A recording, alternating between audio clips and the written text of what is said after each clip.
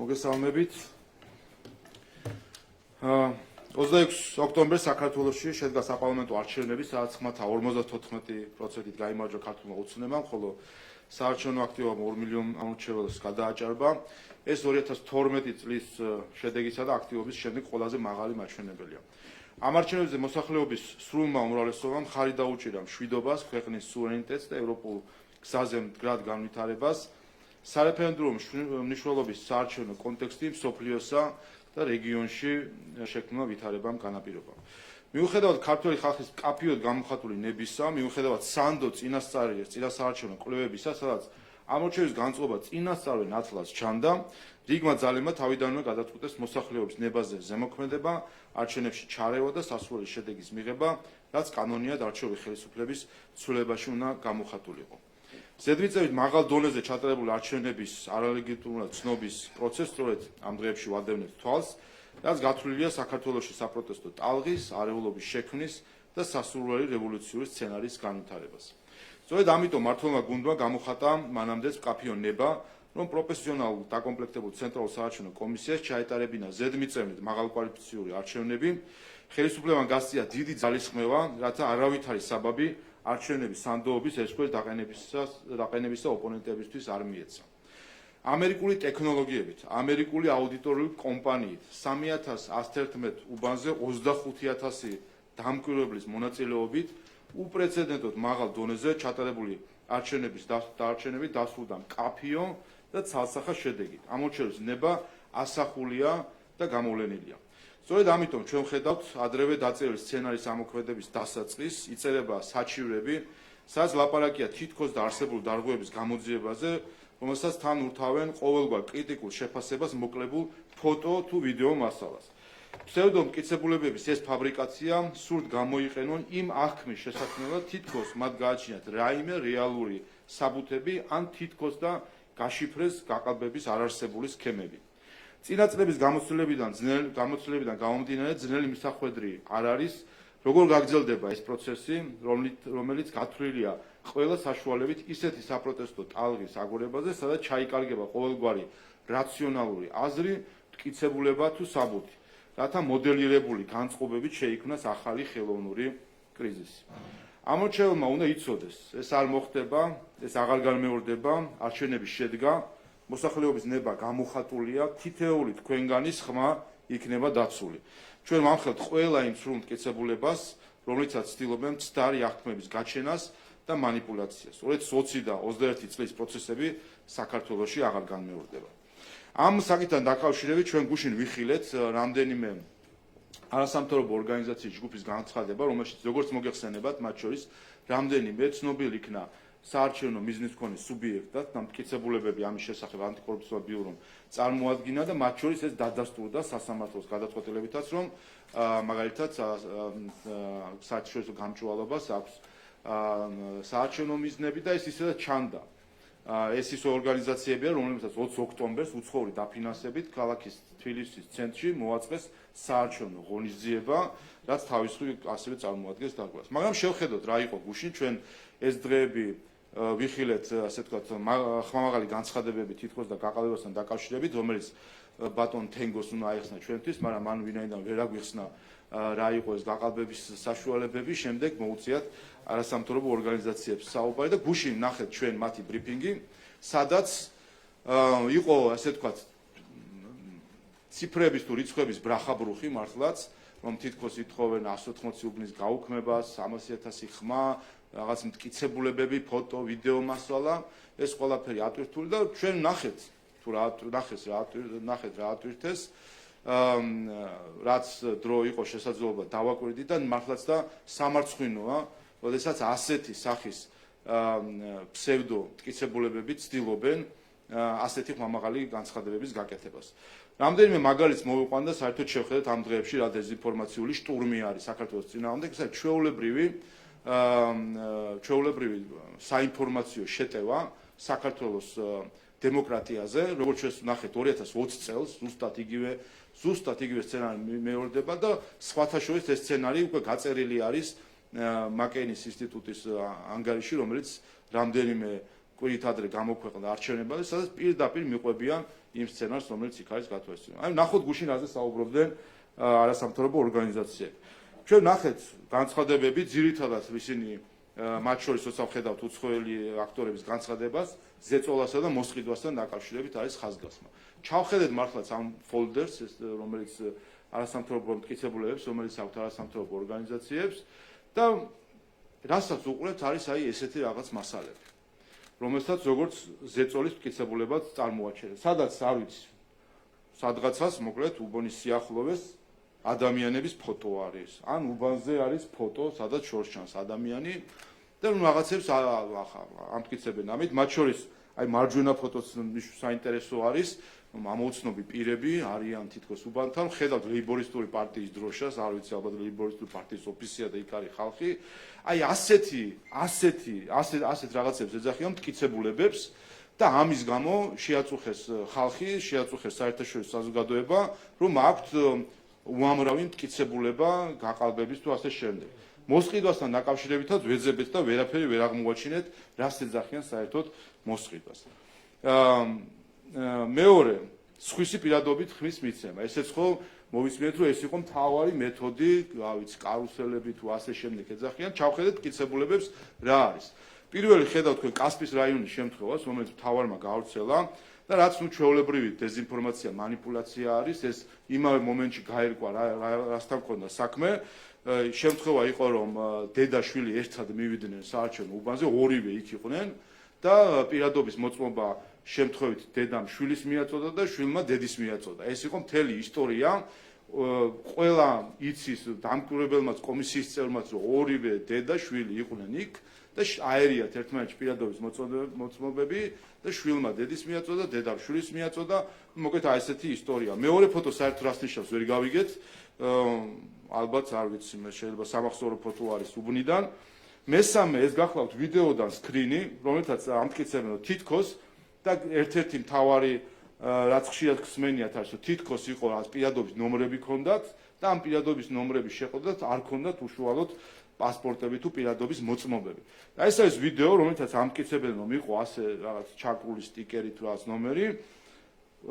რამდენჯერმე უყურეთ ამ ვიდეოს, მოვაზუმეთ რა ვიცი ყველანაირად, არანაირი არაფერი არ ჩანს, პასპორტი აქვს რეგისტრატორს და რომლის ნომერით შეყავს რეგისტრაციის მანქანაში. ასე არანაირი მტკიცებულება ამაზეც არის და ბოლო პირადობის მოწმობა არის ლამინირებული პირადობის მოწმობით მიცემის მცდელობა თუ არ ვიცი ხმამისა თუ არა. ამასაც ჩავხედეთ, ჯერ ესე თავად ლამინირებულ პირადობის მოწმობაზე წერია, რომ 25 წლამდე ქონდა ვადა. ეს ერთია. მეორე, როგორც ჩანს, თავად ადამიანი ვინც იყო მისული, ქალბატონი, ის თავად იყო, ვინც ამ პირადობა, ანუ სხვას არ ეჭირა ეს პირადობის მოწმობა, თავად იყო და როგორც აღმოჩნდა, ამ ქალბატონს აქვს მოქმედი პასპორტი, რომელიც 33 წლამდე ვალიდური არის, ასე რომ ეს რეალური საქართველოს მოქალაქე არის, რეალური პირადობის მოწმობით არ ვიცი ძველია და აქვს ასევე ახალი პირადობის მოწმობა თუ პასპორტიც აქვს. ასე რომ სხვა შორის ასეთი შემთხვევები იყო რამდენიმე მათ შორის დამკვირვებელმა თქვეს, როდესაც ვიდეო და ადამიანი აღმოჩნდა, რომ ძველი პირადობის მოწმობით იყო, ანუ ადაგასული პასპორტით, მერე ბრუნდებოდა და მოჰქონდა ახალი პასპორტი. ანუ აქაც ჯერ ესეთი სხვისი პირადობის მოწმობით ხმის მიცემას რანაირად მოხდა ამ განყოფილებაში არ ვიცი, იმიტომ თავად ეს ადამიანი იყო მისული ლამინირებული ძველი პირადობის მოწმობით, მაგრამ ამ ადამიანს ეს ადამიანი არის ბაზაში, აქვს ახალი პასპორტი და ჩვეულებრივ საქართველოს მოქალაქეა და რომელსაც აქვს საარჩევნო უფლება.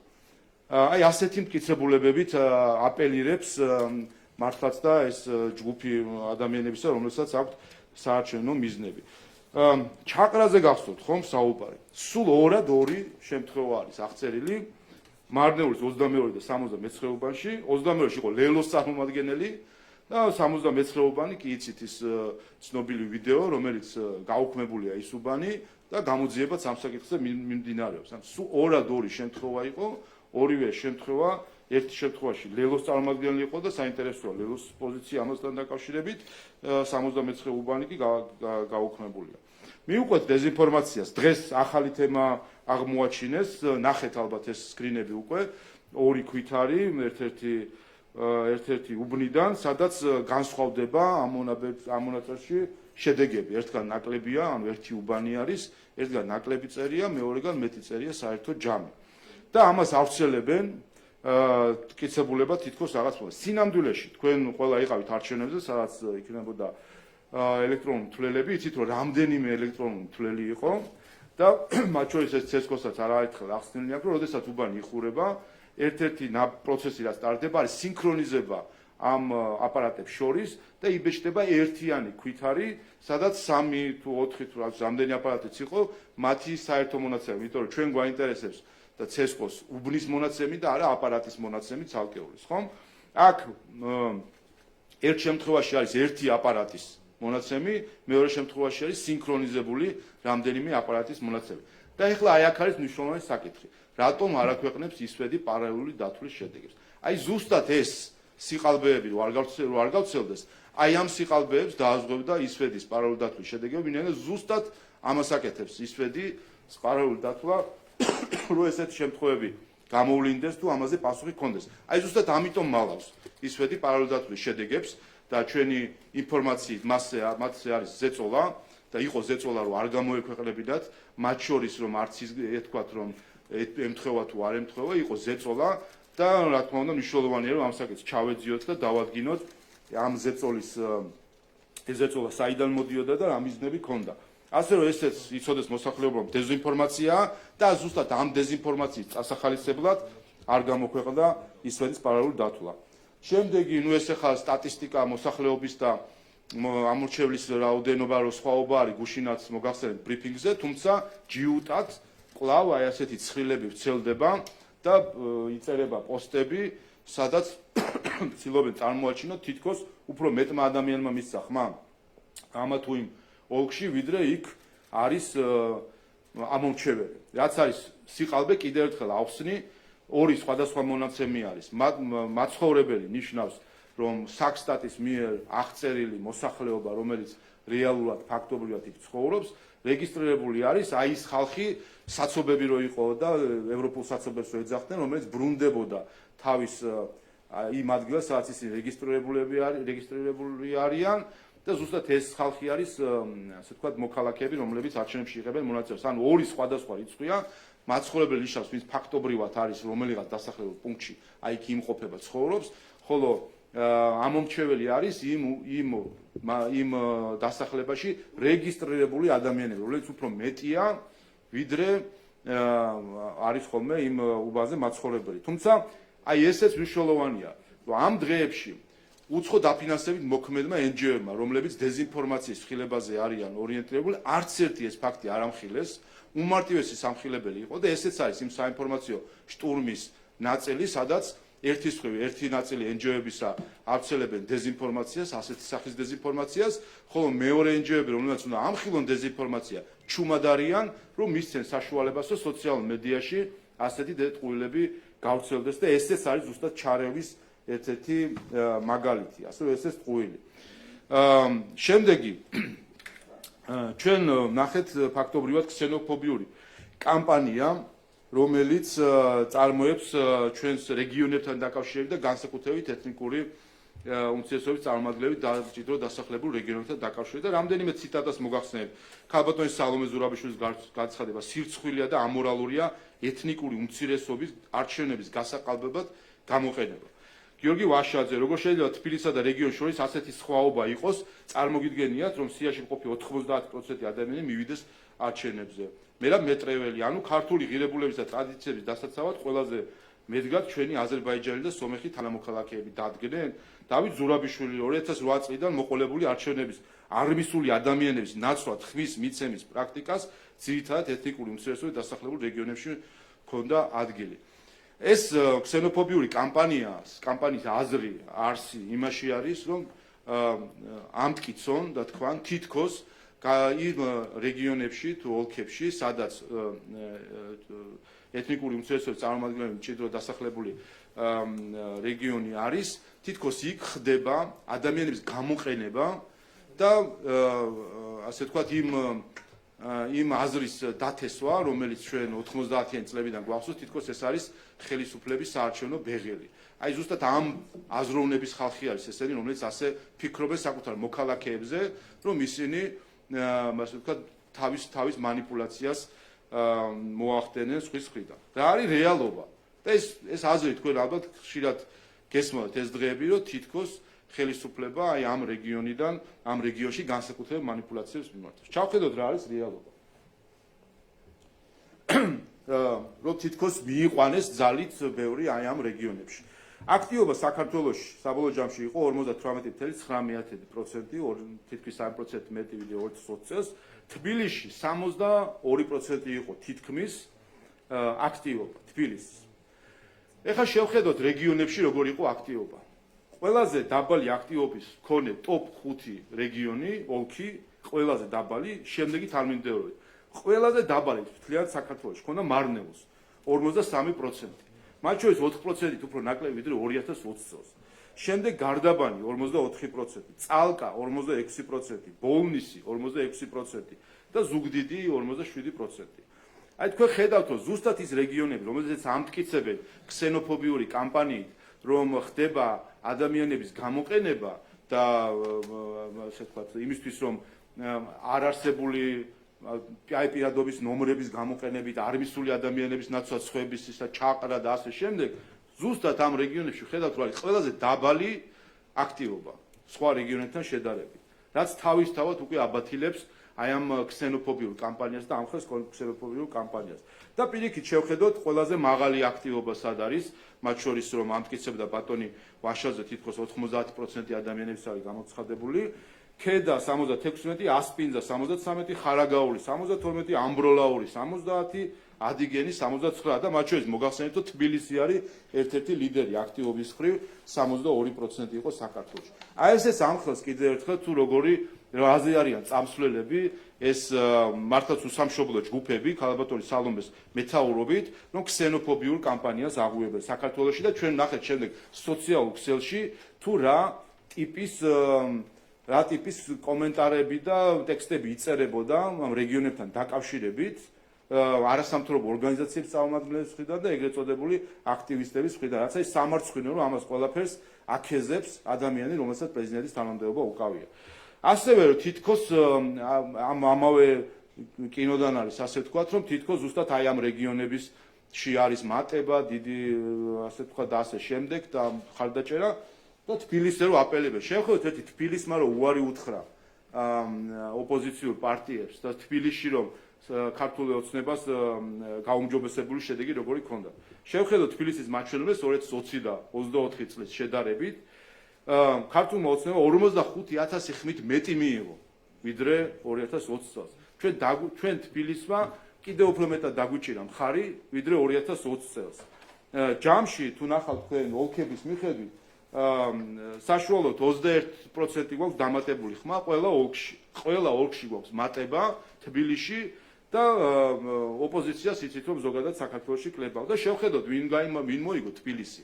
ქართულმა ოცნებამ 263,000 ხმა აიღო თბილისში და იმის შემდეგმა პარტიამ აიღო 90,000 ხმა. ანუ 170,000 ხმით მეტი ავიღეთ თბილისში ვიდრე მეორეზე გასულმა პარტიამ. რაც შეეხება დაჯამებებს ძალიან რო უყვართ.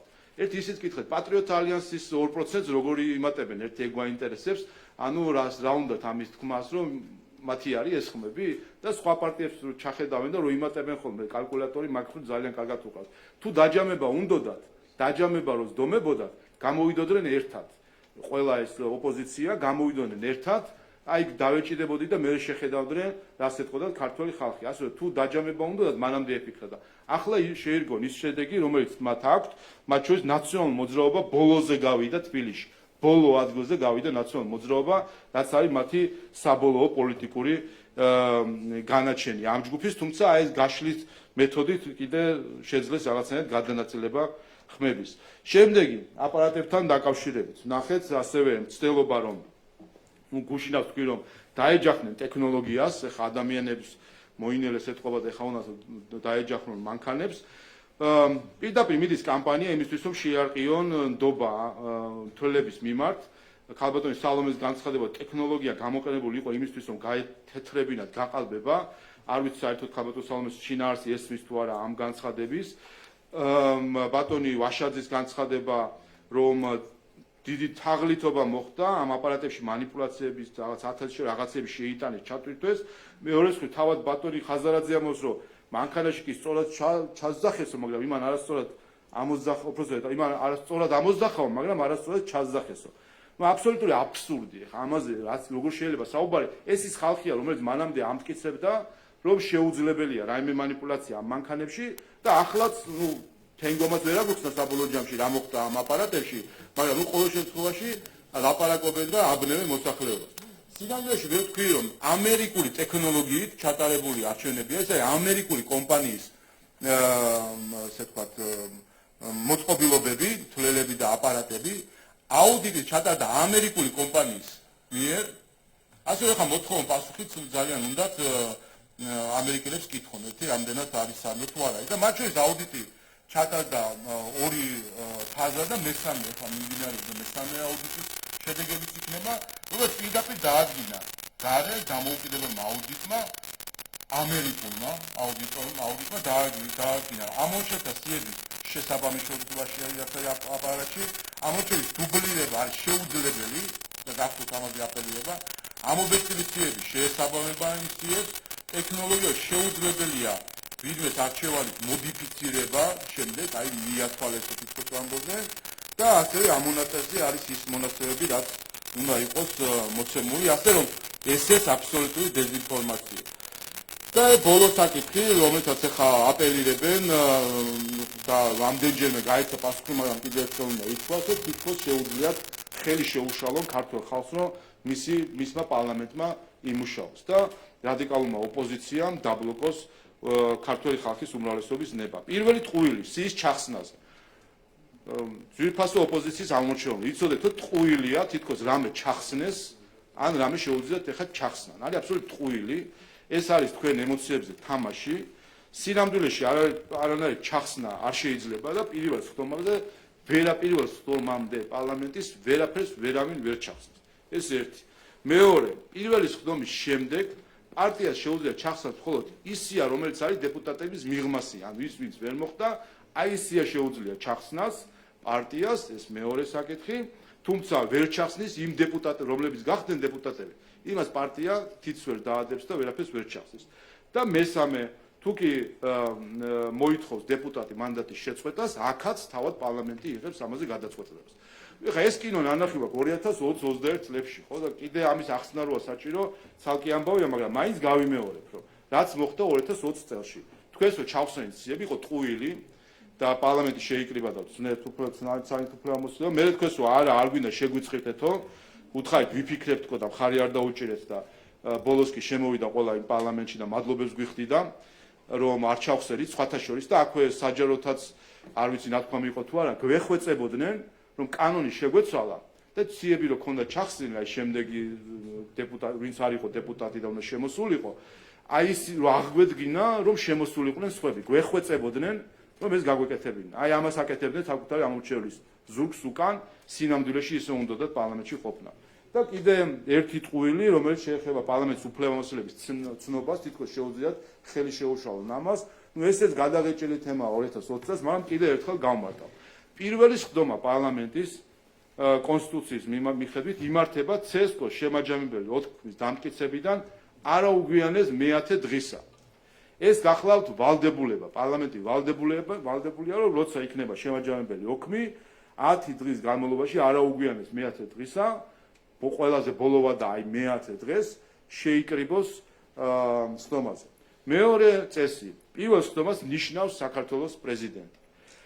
და ჩვენ ხედავთ, რომ როგორც ჩანს ქალბატონი სალომე არ აპირებს რომ ჩანიშნოს და ასეთ მიდიან, მნიშვნელობა არ აქვს ის ამას დანიშნავს თუ არ დანიშნავს, მე-10 დღეს პარლამენტი ვალდებული იქნება რომ შეიკრიბოს, ამიტომ თუ არ დანიშნავს, მაინც შეიკრიბება, ამასაც ვერ შეაფეხებს. და მესამე საკითხი თითქოს 2/3 უნდა იყოს დეპუტატები და ასე შემდეგ, ტყუილია ესეც, 2020-შიც ესეც არაერთხელ გადაღეჭილი თემა არის.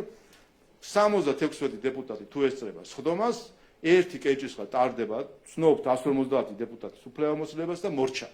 განცხადება, პროტესტი არ მინდა, ნუ მათ ძალით ნუ შემიყვანთ პარლამენტში, ამას არანაირი მნიშვნელობა არ აქვს. ერთი კეჭისყრა ტარდება, 150 დეპუტატის უფლებამოსილება იქნება ცნობილი და ამითი იქნება პარლამენტი უფლებამოსილი.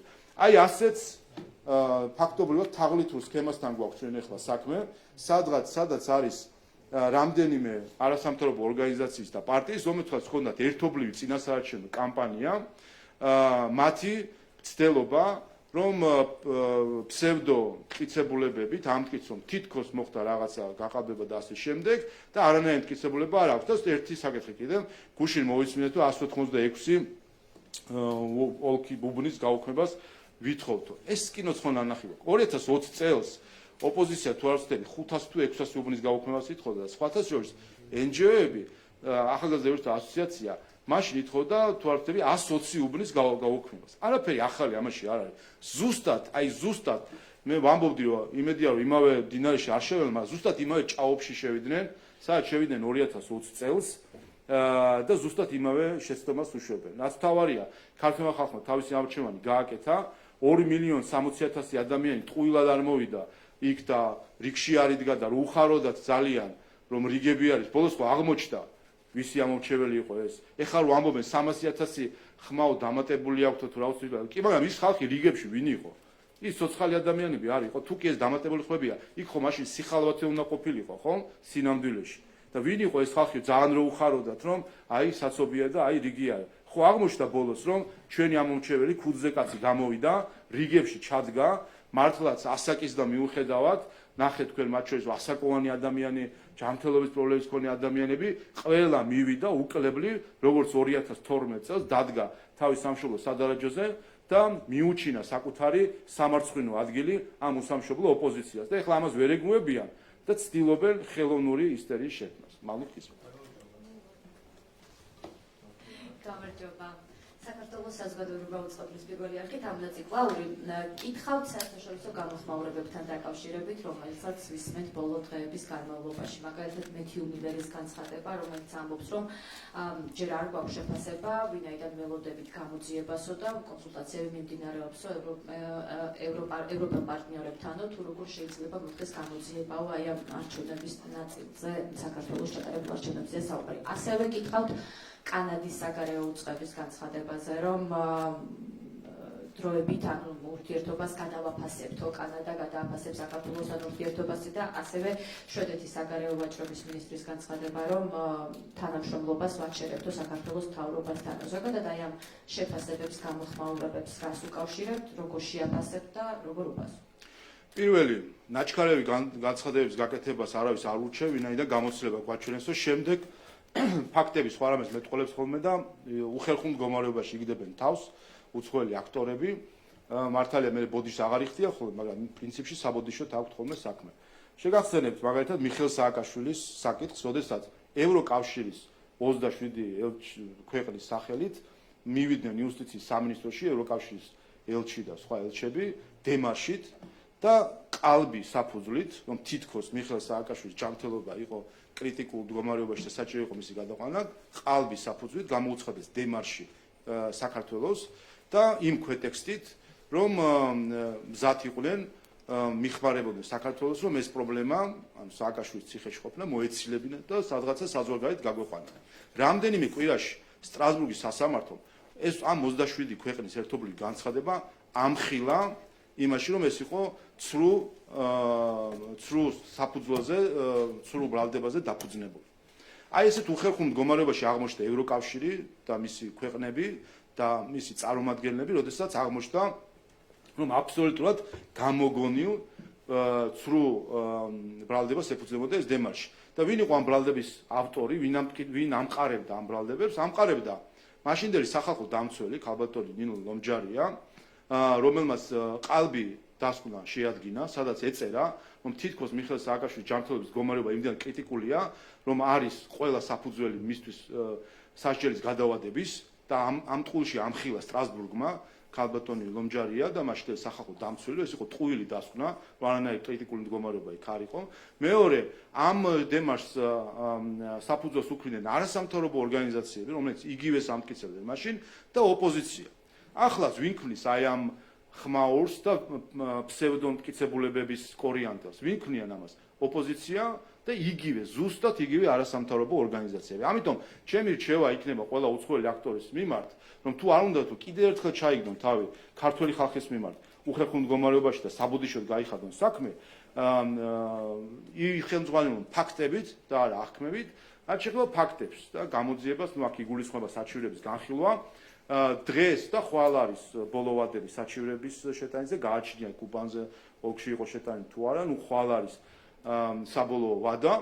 ნახავთ სურათს ყველა, მათ შორის უცხოელი აქტორების დამკვირვებლებიც ნახავენ სურათს რა საჩივრები არის, იქნება ამ საჩივრების განხილვა, რომელსაც ხედავთ რომ CESCO არის უპრეცედენტოდ გამჭვირვალე ორგანიზაცია ამ მხრივ, ყველა ნახავს აი იმ მტკიცებულებებს, რომელზეც მე წერა მქონდა საუბარი, რომ აღმოჩნდება შემდეგ რომ თურმე სხვისი იმითი რა ქვია პასპორტით ხმის მიცემაში იმას გულისხმობენ, რომ რაღაც ფოტოები იდება, რომელთაც ვერანაირი დასკვნა ვერ გამოგვაქვს, ზეწოლაში გულისხმობენ რაღაც ფოტოები, იქისგან შეიძლება უბნის სიახლოვეს ადამიანი დაინახეს, ხო თქვენ წარმოგიდგენიათ ეს არჩევნები, რომელსაც რეფერენდუმის ასე ვთქვათ ძალა რეფერენდუმის წონა ჰქონდა და მათ შორის გადამწყვეტი არჩევნები იყო ჩვენი ქვეყნის განვითარებისთვის, ომსა და მშვიდობას შორის არჩევნები იყო. იქ რა თქმა უნდა ყველა მოტივირებული იყო იმისთვის, რომ რაღაცნაირად ასე ვთქვათ ეზრუნა იმაზე, რომ არ მოხდარიყო ოპოზიციის მხრიდან ზედმეტი ძალადობა, არ მოხდარიყო ის, რომ ყოფილიყო ზეწოლა მათ შორის უბანზე და ასე შემდეგ, ასე რომ გასაგებია, რომ ადამიანებს ინტერესი ჰქონდათ და როცა ამბობენ, რომ არჩევნები ეს უნდა იყოს დემოკრატიის დღესასწაული, დღესასწაული იმას გულისხმობს, რომ ყველა გარეთ არის და ყველას რაღაცნაირად უნდა იყოს მონაწილე რაღაცაში, მაგრამ აქ რაიმე არაკანონიერი არაფერი არის და სხვა ჩვენს ერთ რამეზე გავამახვილებ. ახლა ცდილობენ, რომ მობილიზება, ამორჩევის მობილიზება წარმოაჩინონ, თითქოს ეს არის რაღაც ზეწოლან ზემოქმედი, რაც არის ტყუილი და აბსოლუტურად მიუღებელი. ეს არის აპრობირებული მეთოდი ყველგან, მათ შორის სხვათა შორის ქართულ ოცნებას თავის დროზე აირაის აქვს ქართული ოცნებისთვის ჩატარებული ტრენინგები, სადაც აირაი ასწავლიდა ქართული ოცნების წარმომადგენლებს, როგორ აწარმოონ კარდაკარი, რომ უნდა ჩატარდეს 7 კარდაკარი, როგორ უნდა აღრიცხონ საკუთარი ამომრჩეველი და როგორ უნდა დაამობილიზონ ისინი არჩევნების დღეს დარეკვით თუ მოკითხვით, რომ მიდი არჩევნებზე. ამას აკეთებენ ამერიკის შეერთებულ შტატებში, ახლა იქნება არჩევნები. ეხლა იქნება არჩევნები და ნახავთ ყველა როგორ ხდება მობილიზება საკუთარი ამომრჩეველის. ეს არის ამომრჩეველთა მუშაობა, სხვა რამე კი არ არის. და სხვა რამე შეგახსენებთ. არჩევნების წინა დღეს სირცხვილია, მართლაც რომ სირცხვილია ორგანიზაციამ განაცხადა, რომ ის უზრუნველყოფს ავტობუსების გადაყვანას ამომრჩევლების რეგიონში წაყვანას და იქ მიყვანას. ამას აკეთებს არასამთავრობო ორგანიზაცია, რომელსაც არანაირი უფლებამოსილება არ აქვს ამომრჩეველს მობილიზებს, მას საკუთარი ამომრჩეველი არ ყავს, ანუ გამოდის რომ მას აქვს საარჩევნო მიზანი უკვე და მეორე ამას აკეთებს უცხოური ფულით. ანუ უცხოური ფულით და იცით რომ სირცხვილიას აფინანსებს ევროკავშირის ბიუჯეტიდან ფინანსდება, რომ ევროკავშირის ბიუჯეტიდან თურმე ჩვენთან ფინანსდებოდა ის, რასაც მე ზოგიერთი ეძახის დარღვევას, ამომრჩეველის მობილიზებას. რაც სიამოვნებაში არაფერი დარღვევა არა, პირიქით ამას ჩვენ და ყველა პარტია ყოველ არჩევნებზე აკეთებს, იმიტომ რომ ამას ქვია პარტიული მუშაობა და საკუთარ ამომრჩეველთან მუშაობა. დიახ, ჩვენ ვიცნობთ ჩვენ ამომრჩეველს და ვეკონტაქტებით ჩვენ ამომრჩეველს იმისთვის, რომ ასახული იყოს ყოველთვის ჩვენი ამომრჩეველების წუხილები თუ სურვილები ჩვენს პოლიტიკაში და შემდეგ უკვე 4 წლის თავზე მათი ხმა მივიღოთ. ასე რომ ესეც არის ტყუილი და აი ამ დეზინფორმაციის გავრცელებაც არის მიუღებელი. ერთსაც გითხრა სწორედ ამომრჩეველთან დაკავშირებით, როდესაც ბრალდებებზე აკრიტიკაზია საუბარი ბოლო დღეების განმავლობაში, ასევე შეიძლება ითქვას, რომ კრიტიკის ადრესატები, მათ შორის ოპოზიციის მხრიდან არიან თქვენი ამომრჩეველებიც და გვესმის შეფასებები იგივე პრორუსობასთან, მოღალატეობასთან და ასე შემდეგ. სწორედ აი აქედან გამომდინარე მინდა გითხოთ, როგორ ფიქრობთ თქვენ, რა კატეგორიის ამომრჩეველი არის ქართული ოცნების ამომრჩეველი? არიან ესენი პროევროპელები თუ აი როგორ შეაფასებთ, როგორ უპასუხებთ იმ ბრალდებებს, რომელიც თქვენი ამომრჩევლის მისამართით? ეს უპირველეს ყოვლისა არიან საქართველოს პატრიოტები და ეს გამოჩნდა ზუსტად იმ 54%-იანი მხარდაჭერით, რომელიც ქართულმა ოცნებამ მიიღო, იმ კამპანიის ფონზე, რომელიც ჩატარდა, ჩვენ ვნახეთ, თუ სადგანან საქართველოს პატრიოტები და ვის უჭერენ მხარს. რაც შეეხება რეაქციებს, ეს არის ზუსტად თავარი პრობლემა. პრობლემა იმაში კი არ არის, რომ ჩვენ ყავს ოპოზიცია არასამთავრობო ორგანიზაციებში თუ მათ მხარდამჭერებში ადამიანები, რომლებიც არიან ზიზღით გამსჭვალულები და სოციალურ ქსელში ხედავთ თქვენ უბრალოდ ეს ხო არ არის ეხლა ხო არ დაიწყო. დაიწყო იმით, რომ კამპანია დავიწყეთ ზიზღი ადამიანებზე, ასე ვთქვათ, მათ შორის ფაშისტური განცხადებები. ნახეთ, კანდიდატები როცა დასახელდნენ სია, მაშინ ნახეთ ზიზღის კამპანია და ახლა ხედავთ უკვე არჩევნების შემდეგ ზიზღის კამპანიას საქართველოს მოსახლეობის უმრავლესობას. თქვენ ნახეთ, მაშინ ჩვენ მქონდა განცხადება, რომ ევროკავშირისგან დაფინანსებული ერთ-ერთი მედია ავრცელებდა იმ ზიზღის კამპანიის ფოტოებს, რომლითაც ქართული ოცნების მხარდამჭერებს ფაქტობრივად მტრად აცხადებდნენ. გახსოვთ, თბილისში კამპანია ჰქონდათ გადმოფენის ბანერზე რაღაც ნაჭრებს. მაშინ მოუწოდე კიდევაც ევროკავშირის წარმომადგენლებს, რომ ქონდეს ამაზე რეაქცია, როდესაც ევროკავშირის ბიუჯეტიდან დაფინანსებული ორგანიზაცია ფაშისტურ კამპანიაში არის ჩართული, რაც ნიშნავს იმას, რომ მოსახლეობის უმეტესობას აცხადებს მტრად და აცხადებს თავდასხმის, ზეწოლის და მტრობის სამიზნედ. და ზუსტად ის, რომ ამაზე რეაქცია არ აქვს არავის და წაუყროა ყველა დონორმა, თვალი დაუხუჭა ყველა მხარდაჭერა პირიქით, აქეზებენ, რომ თქვენ ხართ დიახ, ნამდვილი საქართველო თქვენ ხართ და მხარს გიჭერთ, ხედავთ ხო, ზოგიერთი უცხოელის განცხადება. აი ზუსტად ეს აქეზებს საქართველოში, აი ამ ზიზღს, პოლარიზაციას და სინამდვილეში ჩვენ თუ ჩავიხედებით ყველა იმ პროცესებში, რაც არის, სინამდვილეში პოლარიზაცია, რადიკალიზმი და ეს ზიზღი წაქეზებული არის გარედან და ეს არის ყველაზე სამწუხარო ის ადამიანები, ვინც არიან აი ამ ზიზღის ბაბლში მოქცეული და თავის უკმაყოფილებას ასე თუ გადმოაფრქვენ, ვერც კი ხვდებიან, უბრალოდ არიან ინსტრუმენტალიზირებული სხვების მიმართ და ხშირ შემთხვევაში ქვეყნის გარეთ ყოფი ჯგუფების მხრიდან. მოგესალმებით, ლევან მურჩიაშვილი, ტელეკომპანია იპედიდან. პირველ რიგში მინდა გკითხოთ, დღეს უკვე ისაუბრეთ თქვენი ბრიფინგის მიმდინარეობისას ის ფაქტზე და პარალელური დათვლის შედეგებთან დაკავშირებით მათ თუმცა, მინდა უფრო ვრცლად გკითხოთ, უკვე 3 დღე გავიდა არჩევნების შემდეგ, ეს ორგანიზაცია არც ჩქარობს ამ შედეგების გამოქვეყნებას, თუმცა ამბობენ, რომ ცესკოს შედეგებს ეს პარალელური დათვლის შედეგები ემთხვევა. რატომ არ აჩვენებენ რეალურად ამ ორგანიზაციის წარმომადგენლები პივიტის და რა შეიძლება იმსახურებოდეს ეს ყველაფერი? ხო, რა სამარცხვინო უკვე მეორედ გაიხვა სკანდალში ისვედი, ზუსტად იგივე სახით. მეთოდოლოგია არის შემდეგი, პარალელური დათვლის შედეგები ქვეყნება არჩევნების მეორე დღეს 12 საათს. ეს არის NDI-ის მეთოდოლოგია. სხვათა შორის NDI-ის სადამკვირვებლო მისია, იცით რომ საქართველოში არის, მათ ჰქონდათ მეორე დღეს ბრიფინგი და NDI-ის სადამკვირვებლო მისიის ხელმძღვანელმა პირდაპირ მიუთითა მედიასაც საზოგადოებას, რომ იქნება გამოქვეყნდება ახლა პარალელური დათვლის შედეგები, ჩვენც ველოდები და აი ამ შედეგებით ვიხემძღვანელებთ, ან აი ეს გადაამოწმებს მათ შორის სანდოობას დათვლისა. და რა ვნახეთ ჩვენ, გახდა 12 საათი, არაფერი არ გამოქვეყნდა. გახდა პირველი 4, 5, 7, 8 საათი და ბოლოს, დღის ბოლოს, იმის გამო რომ ბევრი მხრიდან იქნა მოკითხვა კი, მაგრამ რა ხდება? დღის ბოლოს დადეს განცხადება, რომ ზოგადად ემთხვევა, მაგრამ არ გამოვაქვეყნებთ.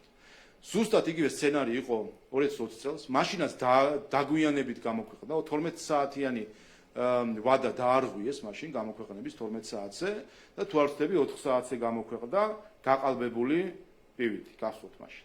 ახლა არ ვიცი, შეიძლება ახლაც უნდა რაიმე გაყალბებული რიცხვები გამოქვეყნებული იყო და ბოლომდე ვერ წავიდნენ ამაზე თუ არ ვიცი რა მოხდა, მაგრამ ფაქტია, რომ მალავენ პარალელურ დათვლის შედეგებს და დღეს ვნახეთ ერთი მაგალითი, რატომაც მალავენ. ერთი მაგალითი არის ეს, როდესაც უკვე ოქმებით დაიწყეს манипуლირება და ზუსტად ეს არის პარალელური დათვლის ამოცანა, რომ ამ ოქმების манипуლირება თავშივე შეუძლებელი გახადოს. ან შესაძლებელი გახადოს თუ კითხვის, რომ აცდენა არის. და ზუსტად აი ნიადაგი რომ მიეცა ამ დეზინფორმაციისთვის არ ქვეყნდება როგორც ჩანს პარალელური დათვლის შედეგები და თან ხედავთ, რომ ამავე დროს ის ორგანიზაციები, რომლებიც ეხლა უნდა იყვნენ ჩასაფრებული, რომ თუ კი რაიმე დეზინფორმაცია არის არჩევნებთან დაკავშირებით, ეს ამხილონ არიან ჩუმად გასუსულები, იმიტომ რომ მისცენ საშუალება ამ დეზინფორმაციას რომ იტრიალოს მედიაში თუ სოციმედიაში, რომ გააგიჟონ საზოგადოება ფსევდო მტკიცებულებებით. ამიტომ არ ვიცი რა არის, მაგრამ ერთი რამე არის სათქმელი, რომ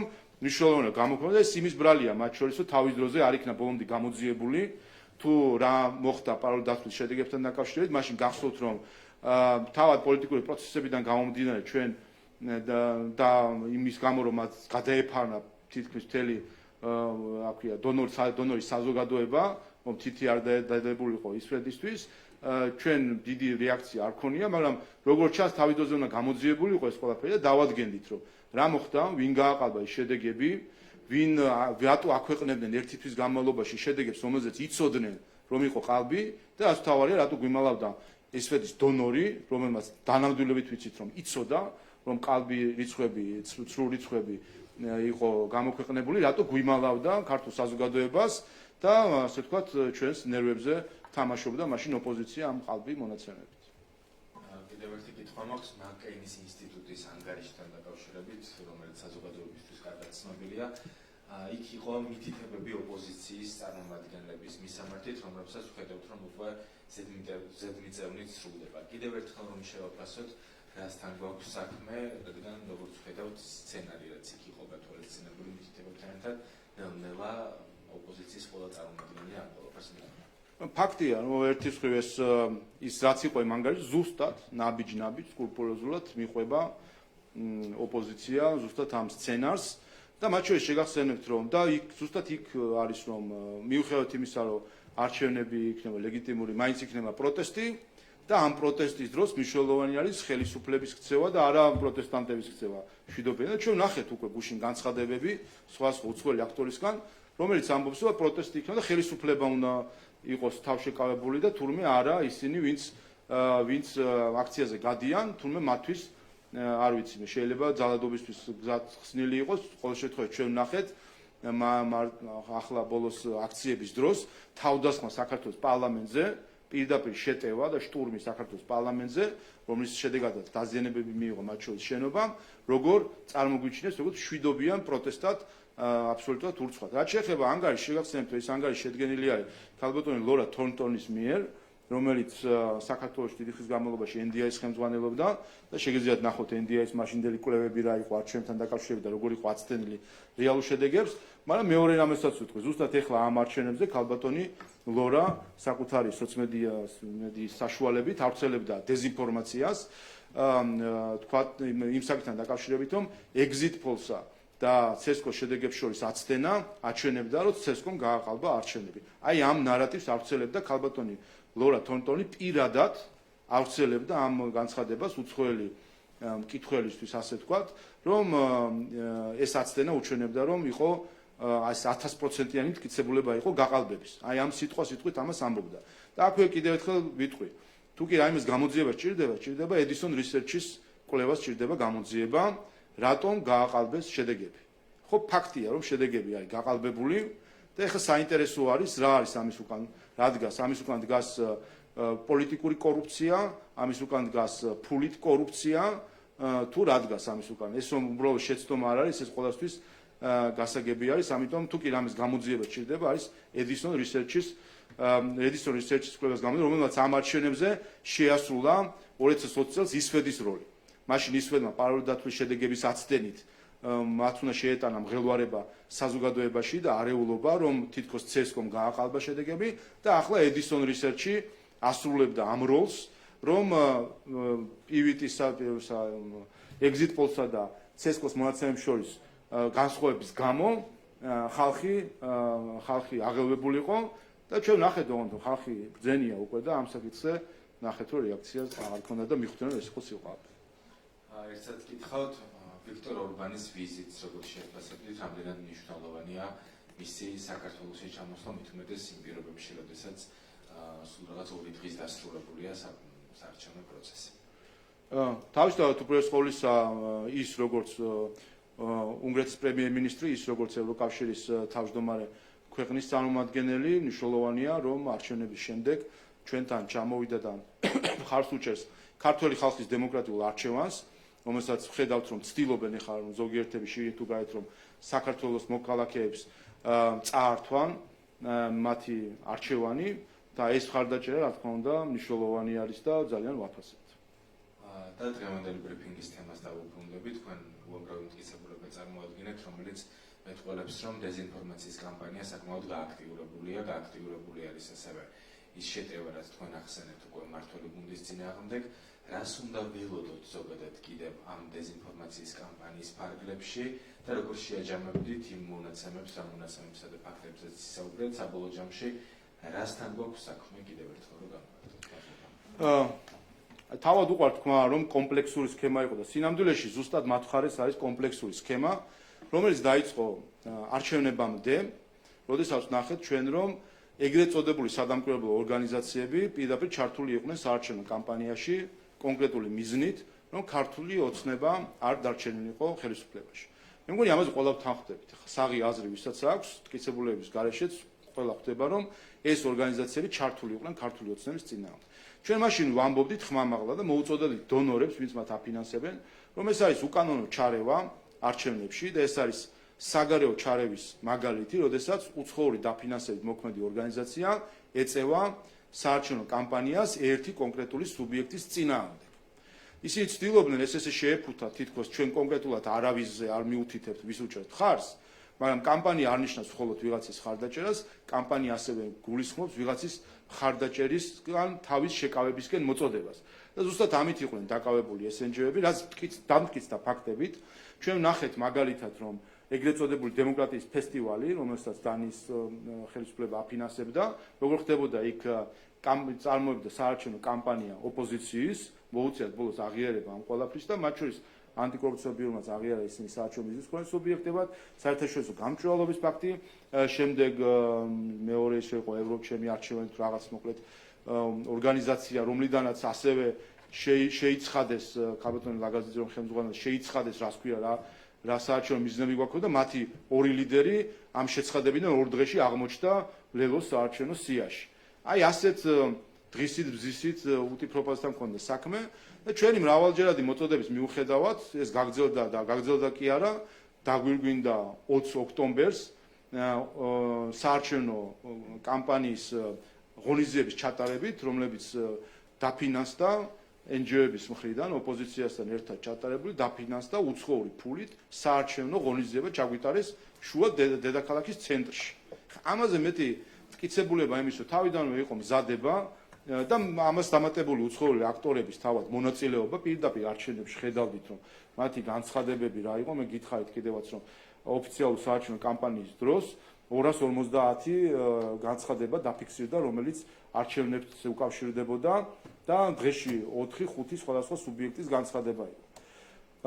ამიტომ წინასწარ იყო სცენარი, რომ ქართული ოცნების მხარდაჭერებისთვის არ მიეცათ საშუალება, რომ ქართულ ოცნებას გაეგზელებინა ხელისუფლებაში ყოფნა, მაგრამ ჩვენი მიერ ჩატარებული კამპანიის ახსნით მოქალაქეების მიერ ნახეთ ყველამ რიგები საარჩევნო უბნებთან, საცობები თბილისის გასასვლელში თუ შემოსასვლელში, რომლებიც ბოლოს ოპოზიციის მწარე რეალობა აღმოჩნდა, რომ აღმოჩნდნენ ჩვენი ამომრჩევლები, რომელიც ქუდზე კაცი მივიდა უბნებზე და დაგვიჭირა მხარი და ეხლა ეს რეალობა აქვს და უნდათ რომ რაიმენაირად წაართვან ქართველებს არჩევანი. რა თქმა უნდა, ამის საშუალებას არავის არ მიცემთ, რომ ჩაერიოს ქართულ დემოკრატიაში და წაართვას ქართველებს არჩევანი, იქნება ეს ქართველი თუ უცხოელი.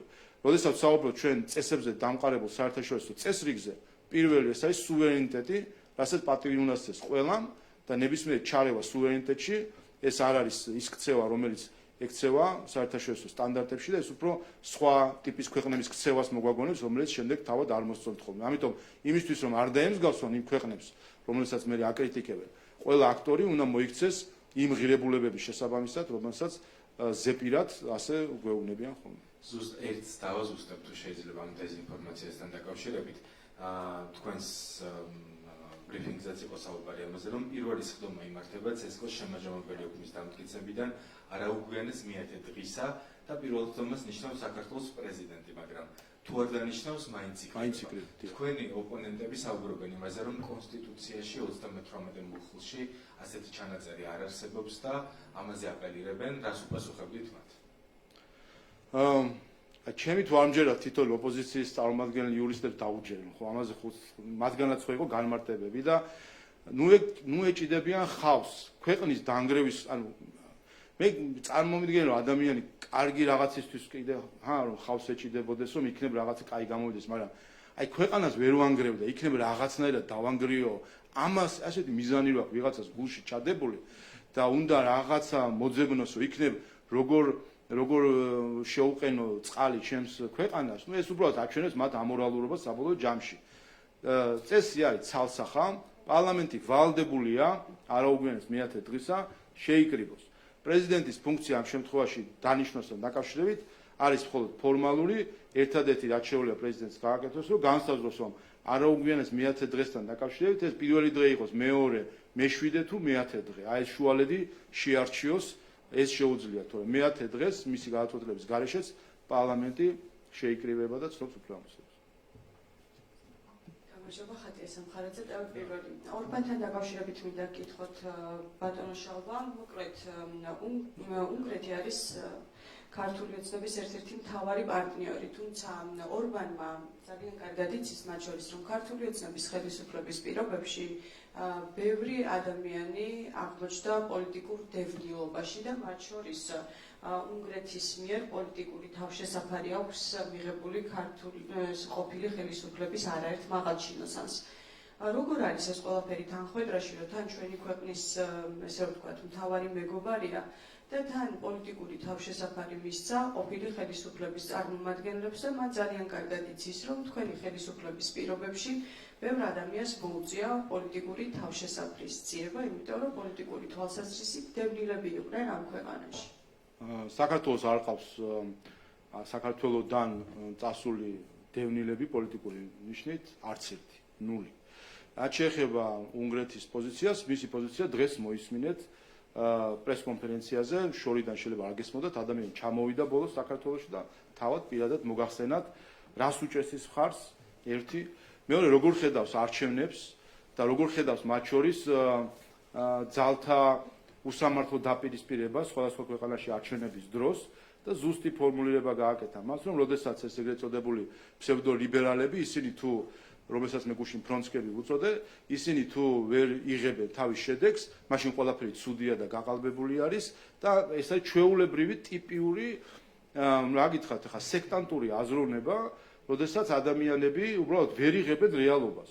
ფაქტობრივად ფსევდორელიგიათ არის ჩამოყალიბებული ეს ფსევდოლიბერალიზმი, როდესაც აქვთ გარკვეული კერპები და დოგმები და აი ამის იქით რეალობას ვერ აღიარებენ. არ შეუძლიათ და ნახეთ თქვენ რა დონეზე მიიყვანეს, წარმოგიდგენიათ, ხალხი რა დონეზე მიიყვანა ამ ჯგუფმა, შიდა თუ გარე ჯგუფმა ფსევდოლიბერალური ბაბლისა. რომ მეორე დღეს ხო ნახეთ, რომ ადამიანები სოციალურ ქსელში ვიდეოები ტიროდნენ.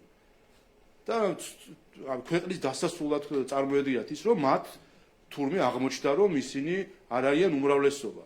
ამაზე გაგიჟდნენ, რომ დაემართათ ელეთმელეთები, ასე ვთქვათ. ეს არის ზუსტად ის რომ ეს არის პირდაპირ ნიშნები, რომ ეს არის ფსევდორელიგიური ტიპის რაღაც იდეოლოგია, რაღაც სექტას ტიპის იდეოლოგია, რომელიც უბრალოდ არ იღებს რეალობას. ჩაკეტილია თავის ასე ვთქვათ ვირტუალურ სამლოცველოში, Facebook-ის სახით, თუ რა ვიცი, სხვა საშუალებით და ამ სამლოცველოს იქით, ფსევდო სამლოცველოს იქით ვერ იხედებიან, ქართულ ხალხს ვერ ხედავენ. მე დაინახეს არჩევნების დღეს, გაუხარდათ რამდენები ვართ, თუ რამდენი ვართ, უბნებთან რიგები, საცობები, ქართველებო, გვიყვარათ და აღმოჩნდა, რომ ის ქართველები არ იზიარებენ მათაც და რა დაიწყეს მერე?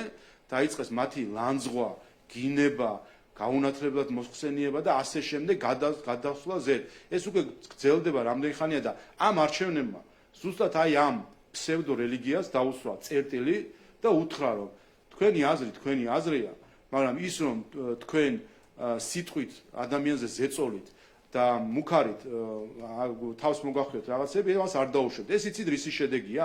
მათ შორის იმის შედეგი, რომელზეც მე არაერთხელ მისაუბრია, როდესაც არასამთავრობო სექტორის წარმომადგენლები, ეგრეთ წოდებული აქტივისტები ჩართული იყვნენ ძალადობის კამპანიაში, უცხოეთიდან დაფინანსებული ორგანიზაციები. შეგახსენებთ კიდევ ერთხელ, სირცხვილეა წარმომადგენლები პირად ნომრებზე რომ ურეკავდნენ პოლიტიკოსებს და მათი ოჯახის წევრებს და ლანძღავდნენ და ემუქრებოდნენ. შეგახსენებთ აი დეზინფორმაციას რო არ ამხელს ეხლა იმ სიებთან დაკავშირებით და მაცხოვრებთან, რატო არ ვინ არ ამხელს? ორგანიზაცია გრასი, ფექტ-ჩეკი ვისიც არის. რას ამხელენ თვითონ მათი რედაქტორი, მთავარი რედაქტორი მიუვარდა პარლამენტის წევრს და მათ ოჯახებს და შეურაცხყოფას აყენებდა და ვერბალურად თავს დაესხა. ამიტომ ეს არის შედეგი იმ წაყურუებისა და როგორც ჩანს, ეს არის განზრახი წაყურუება საქართველოში საზოგადოებაში დაპირისპირების წასაგებზე. ბატონ შალომე, გითხეთ ორბანთან დაკავშირებით და მე მაინტერესებს სხვა რა მიგიპასუხეთ? როგორ არის თავსებადი ერთმანეთთან, რომ ორბანი არის თან ქართული ოცნების ერთ-ერთი მთავარი მომხრე და ამის პარალელურად ორბანს ყავს, ესე რომ ვთქვათ, პოლიტიკური თავშესაფარი მისცა წინა ხელისუფლებიდან დევნილ არაერთ მაღალჩინოსანს. საუბარი არის მათ შორის ზურაბადეიშვილზე, რომ ზურაბადეიშვილი რა თავშესაფარი ჭირდება, კაცი უკრაინაში უმაღლეს თანამდებობაზე არის. ზურაბადეიშვილი დევნილი არის თანამდებობაზე. ნახეთ, ის მან შეიფარა არაერთი მაღალჩინოსანი ვიქტორ ორბანმა, მან კარგად იცის, რომ პოლიტიკურ დევნილობაში მოუწია ბევრ ადამიანს ყოფნა ქართული ოცნების ხელისუფლების პირობებში და როგორ არის ეს ყველაფერი ერთმანეთთან თავსებადი. ასეთი დევნილობა, როგორც ზურაბადეიშვილს აქვს, ბევრისთვის სანატრელი იქნება, ადამიანი არის უმაღლეს თანამდებობაზე უკრაინაში, დადის მთელ ევროპაში, ადამიანზე არის განაჩენები, უნდა იზრდეს ციხეში დღეს და ის ხალხი დღეს რო განცხადებებს გვიქვეყნებს, რომ თქვენი დემოკრატიული არჩევნები ცოტა სტანდარტებთან შესაბამისი არის თუ არა, ზუსტად ის ქვეყნები, იმ ქვეყნების ხელმძღვანელები, რომლებიც დღეს კათედრიდან გვესაუბრებიან მორალური ავტორიტეტის პრეტენზიით, ზუსტად ის ადამიანები თავის ქვეყანაში იფარებენ სისხლის სამართლის დამნაშავეს და ისე დამნაშავეს კი არა, რომელმაც არ ვიცი მე, წითელზე გაიარა ან რაღაც გაკეთა. ადამიანი, რომელსაც შექმნა ადამიანების წამების სისტემა. 21 საუკუნეში საქართველოში გულაგები იყო შექმნილი, გულაგები. შექმნილი ამ გულაგების შემოქმედი ყავთ უკრაინაში გენერალ პროკურორის რადარი, ფაქტობრივად ის არის გენერალური პროკურორი, რეალურად ის არის და ევროკავშირში, ბრიუსელში სხვა კაბინეტებში იღებენ მას და ესაუბრებენ. ასე რომ გულაგებთან, როცა გულაგის შემოქმედთან, როცა საუბრობთ და იზიარებთ მის და შეგიძლია მასთან ასე თქვა ჩვეულებრივი ურთიერთობა გქონდეს, აქ რა თქმა უნდა გაკარგვინებს შემდეგ მორალურ ავტორიტეტს საქართველოსთან რაღაც სტანდარტებზე საუბრობთ. ესე იგი, მიგეს ორბანს მორალური სტანდარტები არ აქვს ბატონო არ არის შალვა, რასტო. იმიტომ რომ ნახეთ, სწორედ ეს ადამიანი ზურაბადეიშვილი, მათ შორის მაღალ ვინ გითხათებ, ზურაბადეიშვილმა გითხრა თუ ბატონმა არა, ორბანმა? ინტერნეტში იძებნება ინფორმაცია ამასთან ინტერნეტში ისეთი რამე იძებნება. აი ეს სისხლის სამართლის დამნაშავე, რაც თქვენ თქვით და გულაგების ესე რომ ვთქვათ შემოქმედი, რაც თქვენ ბრძანეთ, უკრაინამდე თავშეფარებული იყო უნგრეთში და ის ადამიანი იფარებდა, რომელიც ახლა თქვენი მეგობარია. ინტერნეტში, კარგით, გავიგეთ. გასაგებია თქვენ. იგივე სტანდარტი. გასაგებია. ბატონ ორბანს. გასაგებია თქვენი კითხვა, ინტერნეტში რა ვიცი, ბევრი რამე შეიძლება იძებნებოდეს. ანუ ზურაბადეიშვილი არ იყო შეფარებული უნგრეთში? უყურეთ, მე არც ზურაბადეიშვილი ვარ და არც უნგრეთი ვარ, რომ ვიცოდე ან ერთიან, მეორე თქვენ არც ზურაბადეიშვილისგან იცით ეს და არც უნგრეთისგან და ამბობთ ინტერნეტში რაღაცები იძებნება. თავშესაფარი მისცა. უყურეთ, მთავარი რა არის, მთავარი არის ის, რომ ადამიანი ჩამოვიდა იმისთვის, რომ თავის პოზიცია დაიფიქსირება. ფაქტი არის ის, რომ იმდენად სამარცხვინო არის ის ფსევდო რელიგიური ორგანიზაციის წარმომადგენლები, გუშინ ნახეთ რა იყო მათი რეაქცია. აი ხა მითხარით გუშინ რაც ქონდათ მათ, რაც მოაწყოს ის სამარცხვინო არაქართული ისა რა ქვია, პერფორმანსი, რაც დადგეს და თან მე ამბობენ ევროპელები, რომ უნგრეთი ამ შემთხვევით ამ 27 ქვეყნიდან ერთი ქვეყანა ხომ არ არის. რატო ანუ თვალში ეპატარავებათ რომელიმე ევროპული ქვეყანა თუ რა ხდება მათ თავს? რამე არსებობს, რაიმე აქაც სეგრეგაცია აქვს ევროპას შორის, როგორც ქართველებში უნდა სეგრეგაცია და სხვადასხვა ჯგუფებად უნდა დაგყონ და ესე აქვია პატრიციებად და პლებეებად უნდა წარმოაჩინონ ეს საზოგადოება, ასეთ სეგრეგაციას ფიქრობენ, რომ ეს არის ევროპა, ევროკავშირი და ასე უნდა მოახდინონ. ასე რომ ჩვენ გუშინ კიდევ ერთხელ ნახეთ სამარცხვინო სახე იმ ლიბერალური ფაშიზმის, რომელიც საქართველოში არის, აი ჩვეულებრივად ადამიანები ზიზღს აფქვევენ, სოციალში შევლენ და ვიღაცას მიადგებიან, გარეთ გამოვლენ, ქართულს მიადგებიან, ქართულს ვერ ნახავენ, უცხოელს მიადგებიან, იმისთვის რომ თავისი ვერ იმის თავარი პრობლემა ის არის, რომ ვერ ხვდებიან სინამდვილეში რა არის ქართული საზოგადოების ნება, რა არის საქართველოს ისტორია, რა არის მისი აწყო და რა უნდა იყოს მისი მომავალი. ბატონ შალვა, ასევე გითხავთ ერთ კითხვას დაგისვამთ არჩევნებთან დაკავშირებით თუ შეიძლება. საერთაშორისო ადმინისტრაციამ უნდა ჩაატაროს ახალი არჩევნები. აცხადებს ოპოზიცია და ამბობენ, რომ აუცილებელი არის არჩევნებთან დაკავშირებით ჩატარდეს ახალი არჩევნები და მათ შორის ეს მოხდეს საერთაშორისო ფორმატში. უარეს ამბობენ, მათ ვიცით რომ ქარტიას მოაწევს ხელი, რომელსაც ქვეს რომ მარიონეტული რეჟიმი უნდა ჩამოყალიბდეს საქართველოში, ეგრეთ წოდებული ტექნიკური მთავრობის სახით, რომელიც იმოქმედებს უცხოეთიდან მიღებული მითითებებით. აი ეს წერია ქარტიაში.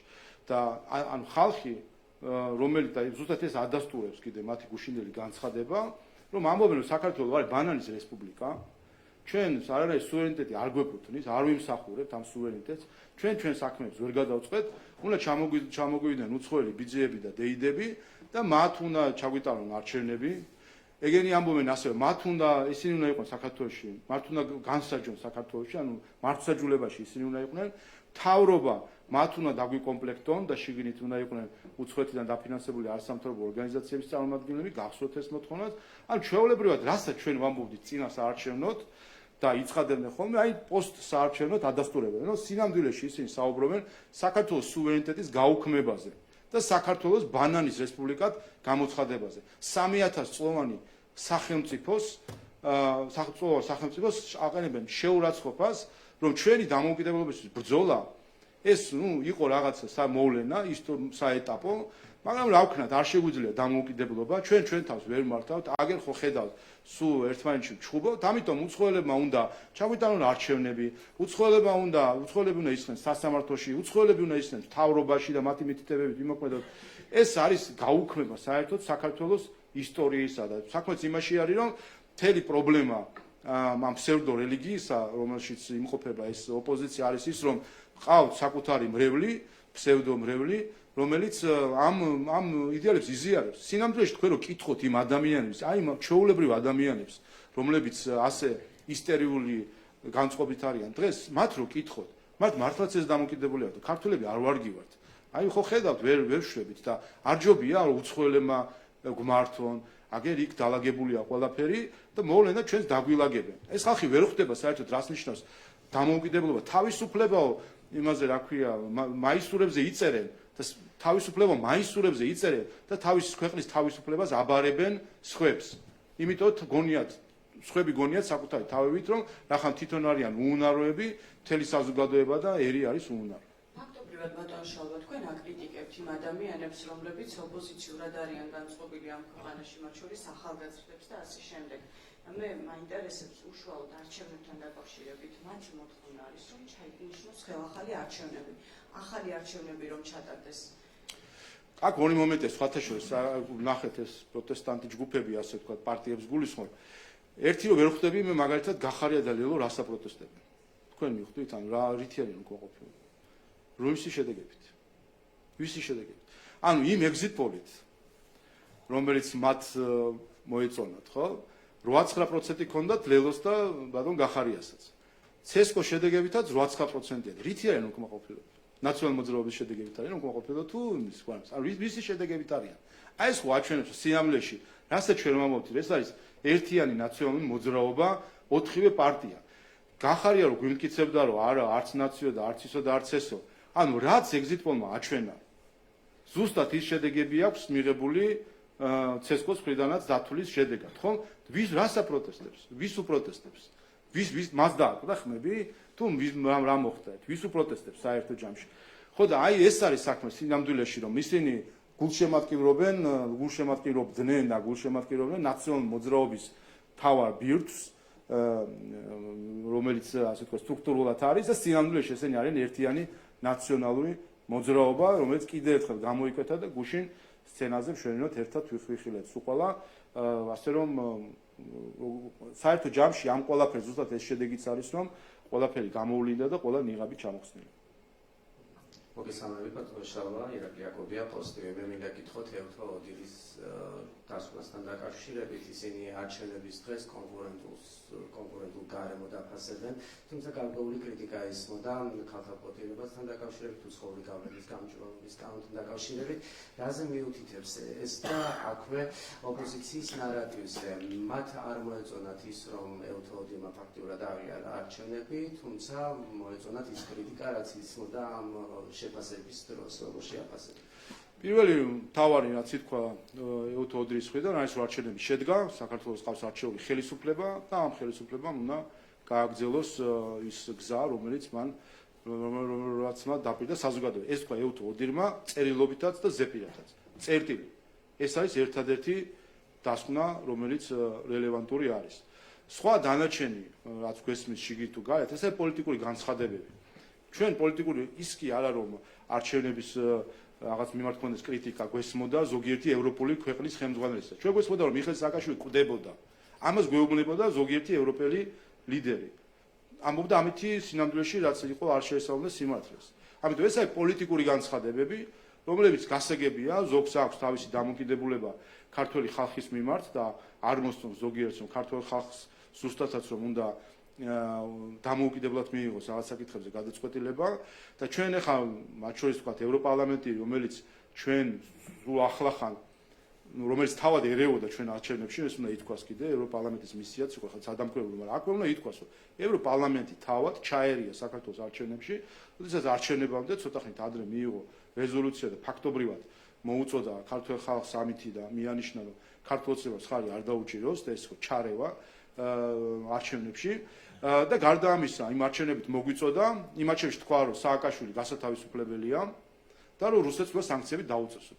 ეხლა ეს ხალხი შენ რომ იმედ გაცრუებული არის იმ შედეგით რომ ქართული ოცნება ხელისუფლებაში არის საქართველოს მოსახლეობის უმრავლესობის ხარდაჭერით ეს ევროპარლამენტი პარლამენტარები იმედ გაცრუებული არიან ეს არის რა არის გასაკვირი და თვითონ აქტორები რასაც ვაკვირდებით იყვნენ ჩვეულებრივი არჩევნებში მონაწილეობდნენ არჩევნებში და დამარცხდნენ ამ არჩევნებში. ამ არჩევნებში დამარცხდა არა მხოლოდ ჩვენი რადიკალური ოპოზიცია, არამედ მათი უცხოელი მფარველებიც დამარცხდნენ. ის მფარველები, რომლებიც მოგვიწოდებენ რომ სააკაშვილი გავათავისუფლოთ.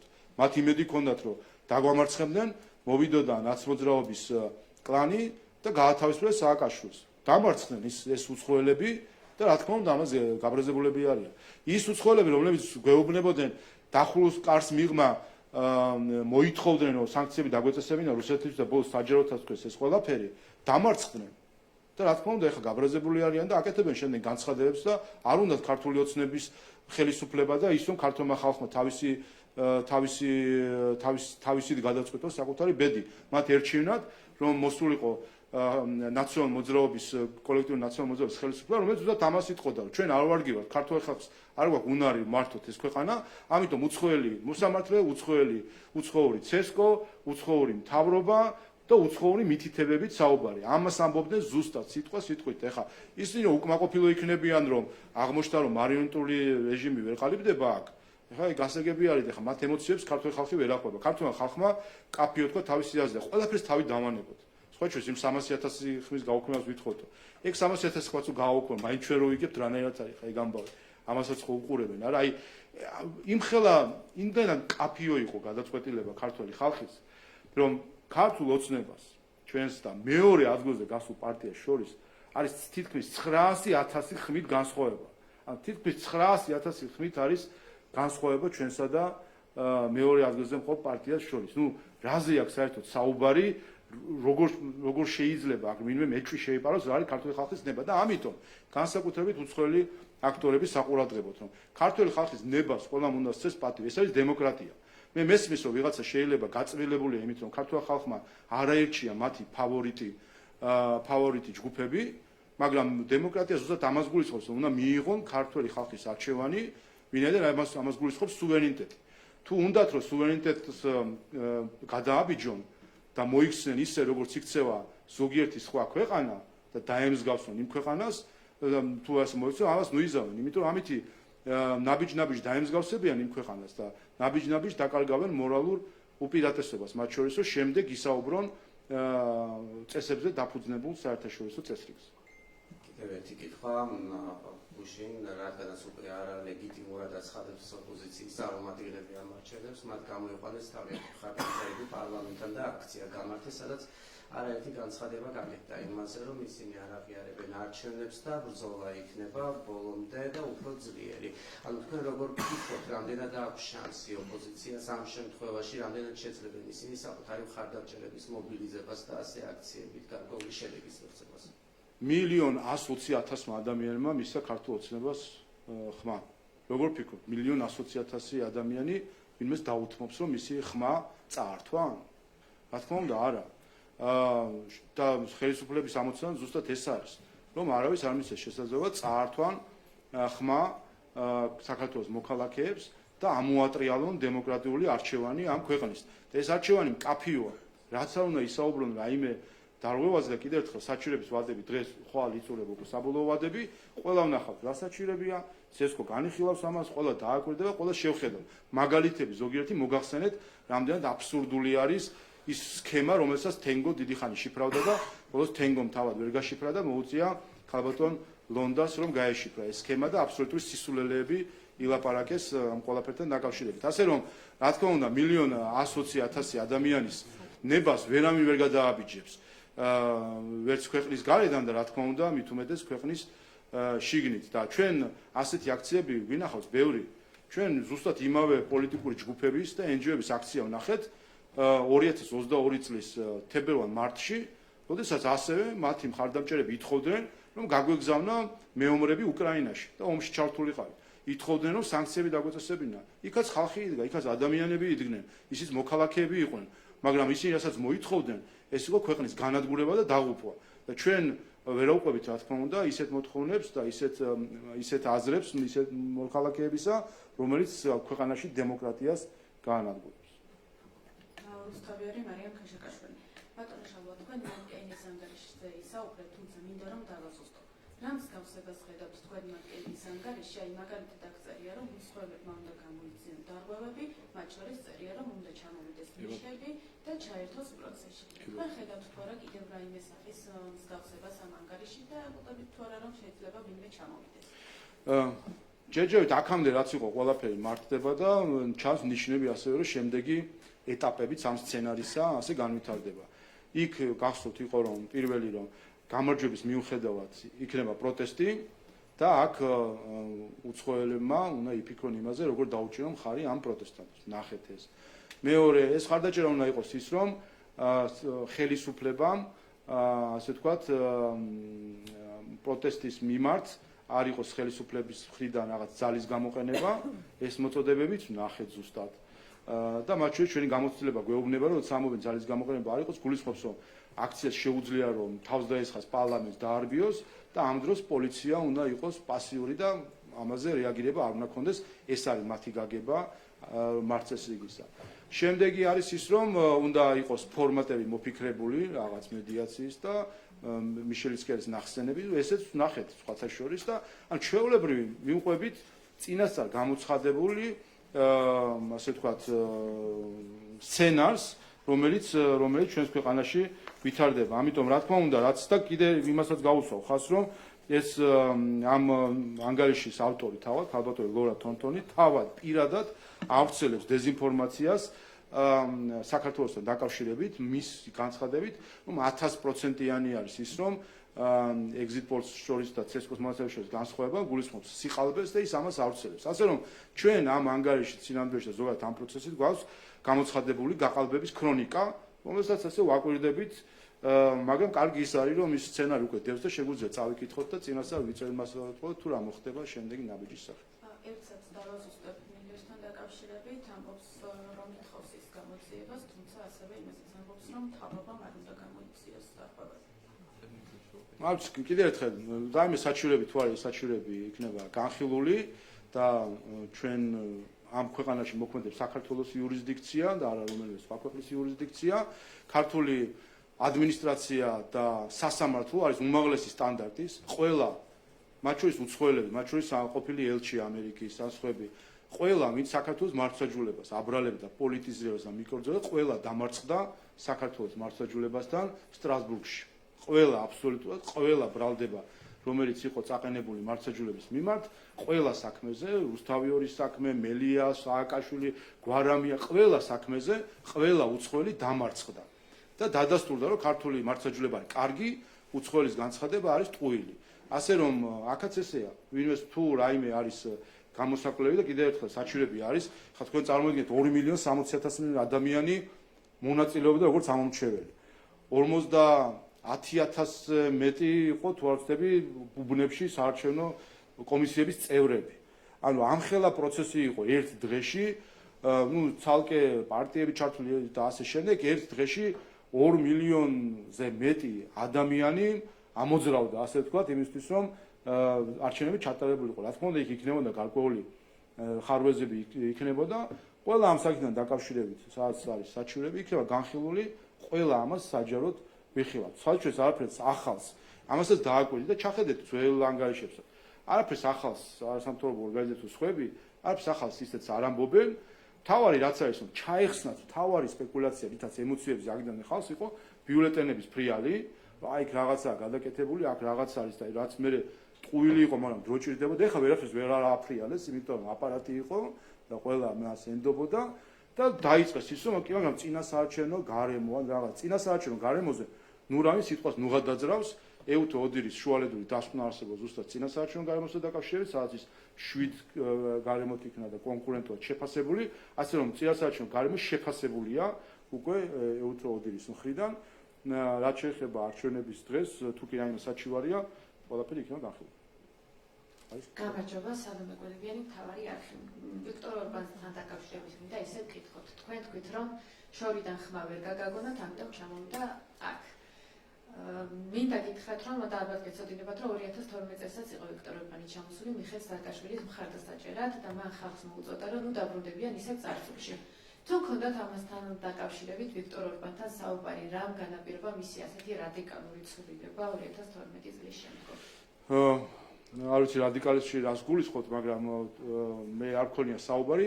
თავად ბატონმა ორბანმა თუ კი რაიმე სურდა განაცხადა კიდევაც და მის პოზიციას ეხლა ვხედავთ, რაც არის, რას უჩვენს ხალხს. მათ შორის ვხედავთ, ვაკვირდებით მის აქტივობას ევროკავშირში, საკუთარ სახელმწიფოში, ასე რომ ჩვენ ვხედავთ და ვაფასებთ ძალიან მის მხარდაჭერას. უბრალოდ ეს არ არის საქართველოს ასე ვთქვათ მარტო პარტიის მხარდაჭერა, ეს უბრალოდ არის მხარდაჭერა ქართული ხალხის, როცა განსაკუთრებით არჩევნებს ეხება საკითხი და როდესაც არის მცდელობა რომ მოქალაქეების უმრავლესობას წაართვა საკუთარი არჩევანი და ეხლა ვხედავთ ჩვენ კიდევ ერთხელ გამოცხადებული გაყალბების ქრონიკას, როდესაც ცდილობენ რომ წაართვან არჩევანი საქართველოს მოსახლეობის უმრავლესობას.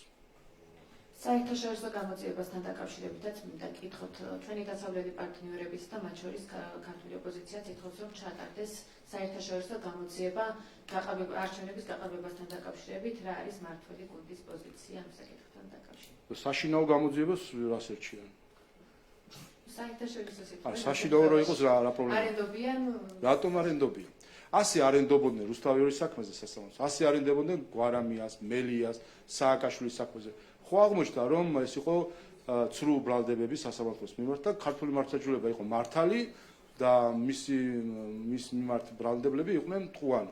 ანუ ჩვენ ძალიან კარგი საშინაო გამოძიებები გვაქვს ყველაფერთან დაკავშირებით, თუ კი რაიმე საჭირო არის და უპირველეს ყოვლისა აქ იგულისხმება საჭიროების განხილვა ცესკოში და ყველა ნახავს ამას და დააკვირდნენ და ნახონ ახლა განყოფილები იქნებიან თუ არა ამ განხილვებით. რასაც საერთაშორისო გამოძიება სჭირდება და რაც ნამდვილად არის მათი იურისდიქციაში და შეუძლიათ, პირველი გამოიძიონ ამერიკული კომპანია Edison Research-ის. ხო ამერიკულია თუ არა?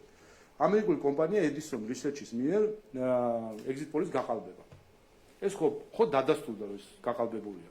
თქვენ ეჭვი გეპარებათ რომ გაყალბებული არის? ხო დადასტურდა რომ ეს არის გაყალბებული კვლევა და ეხლა გამოიძიონ, აბა რატო გაყალბდა? იდგა ამის უკან პოლიტიკური კორუფცია და გავლენები, იდგა ამის უკან ფულით კორუფცია და ქრთამი, თუ რა იდგა? ფაქტია რომ ეს იყო გაყალბებული exit poll და Edison Research-მა შეასრულა ის როლი, რაც ისფეც ჰქონდა 2020 წელს, როდესაც ციფრების აცდენით უნდა ასე ვთქვათ არეულობა შემოიტანა საზოგადოებაში, პირველი შეუძლიათ გამოძიება Edison Research-ის და მათ იურისდიქციაში კი ბატონო გამოიძიონ გვაჩვენონ კაი ობიექტური გამოძიება რა არის. და მეორე რამდენი ხანი მე უკვე ვამბობ რომ ჯერ კიდევ ვალად ადევს ამერიკის ხელისუფლებას რომ გამოიძიოს 2020 წელს პარალელურ დათვლის შედეგებთან დაკავშირებით სინამდვილეში რა ხდებოდა. ჩვენ დადასტურებულად ვიცით რომ თუ არ გავყვებით იმ საკითხს რომ თავად რიცხვები გაყალბდა თუ არა, დადასტურებულად რაც ვიცით ამ ეტაპზე საჯარო წყაროებით არის ის რომ ისვედმა იცოდა ერთი თვის განმავლობაში რომ ის რიცხვები რასაც ის ავრცელებდა იყო ცრუ და მაინც ავრცელებდა და ამით ზუსტად აყალბებდა შედეგებს ის ყოველ განცხადების დროს და მეორე ჩვენ დაზუსტებით ვიცით რომ ისვედის დონორმაც იცოდა და მათ შორის ჩვენ პირად შეხვედრებში გვატყუებდა რომ ყველაფერი სწორი იყო და არანაირი შეცდომა იქ არ ყოფილა.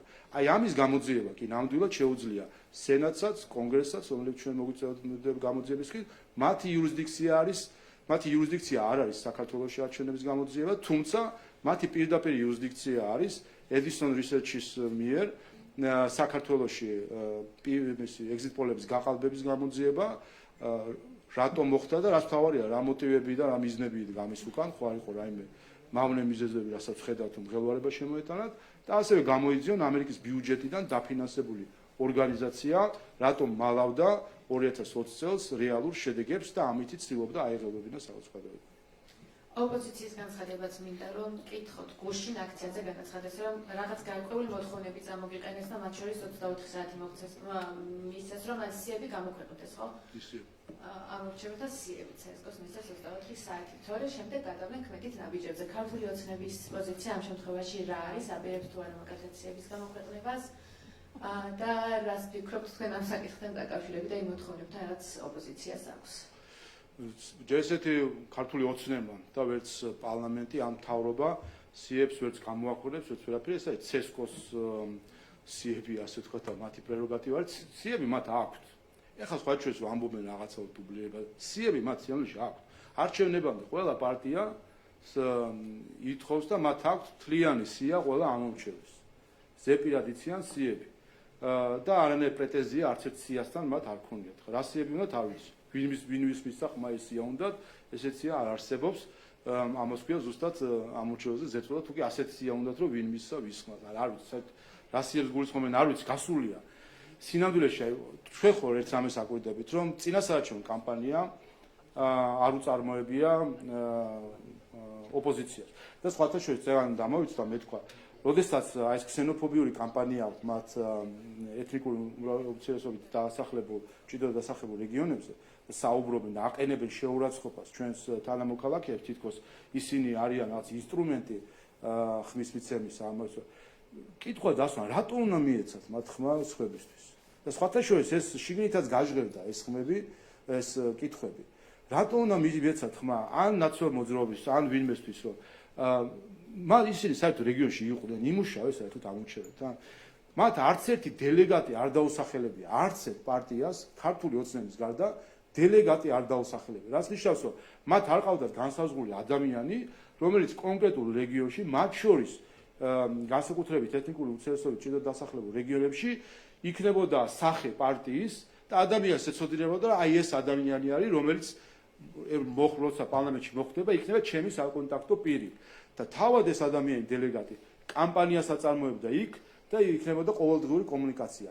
რა ერთადერთი რასაც აკეთებდნენ ოპოზიციური პარტიები იყო კამერებით ჩასვლა ამა თუ რეგიონში, ერთ დადგებოდნენ თავის აქტივთან ერთად, ასე ვთქვათ, შტაბის წარმომადგენლებს და ეს იყო მთელი სურათებს გადაიღებდნენ და დაიშლებოდნენ. მოიკითხეთ რეგიონებში, მივიდნენ ოჯახებში, ელაპარაკნენ საერთოდ, როდესაც საუბრობენ დელეგატი რატო უნდა მიეცა საერთოდ ხმა რეგიონში რომელიმე პარტიისთვის ერთადერთი საფუძველი, რასაც აძლევს, ეს არის სოციმედია რაღაცა ისტერიის შექმნა და უცხოური განცხადება. პირადად საერთოდ არანაირი კამპანია არ უწარმოებიათ. ყოველ ჩვენ გარდა იმისა, რომ რეგიონში ქონდა დიდი ღონისძიებები, სადაც ყველა ვიყავით და მე გარდა ამ ღონისძიებისა ისედაც რეგიონში ჩავდიოდი და ხვდებოდი მოსახლეობას და ბოლო დღეებში მათ შორის გარდა ამისა ჩვენი დელეგატები ყოველდღიურად მართავდნენ რამდენიმე შეხვედრას რამდენიმე სოფელში. სხვა შორის ამის სტატისტიკასაც გავაკეთებთ ჯამში ამ კამპანიის დროს ქართულ ოცნებას რამდენი ღონისძიება ქონდა დელეგატების ჩათვლით და დათვალონ ერთი ოპოზიციამ რამდენი შეხვედრა ქონდა და ღონისძიება და მე არ გაუკვირდებათ ეს სხვაობა. ეხლა ვკითხულობენ, აბა რატომ ისცემენ ხმას ამ ოპოზიციურ პარტიებს, თუნდაც ეთნიკური უმცირესობით დასახლებულ რეგიონებში, როდესაც არც მათი წარმომადგენელი ყავთ სიაში. ან თუ ყავდათ სადღაცას, უკან ყავდათ სადღაც რეალური კანდიდატები, ისინი არ იყვნენ, ეთნიკური უმცირესობის წარმომადგენლები, არ ყავდათ სიაში, ან სადღაცას უკან იყვნენ და აქტიურები არ იყვნენ. მეორე, თემები, რომელზეც ის ლაპარაკობდნენ, ეს მათთვის საინტერესო არის. ჩადით რეგიონებში და კითხეთ რა აინტერესებს ხალხს, გადით ქალაქში, თბილისში და ნახეთ რა აინტერესებს ხალხს. ამ თემებზე ესაუბრებოდნენ საერთოდ, არ ესაუბრებოდნენ და ამ დროს ქართული ოცნება მუშაობდა ჩვენს მოქალაქეებთან და რაც თავარი არის, რომ ძალიან რომ უნდათ ხოლმე ესე წარმოჩენა.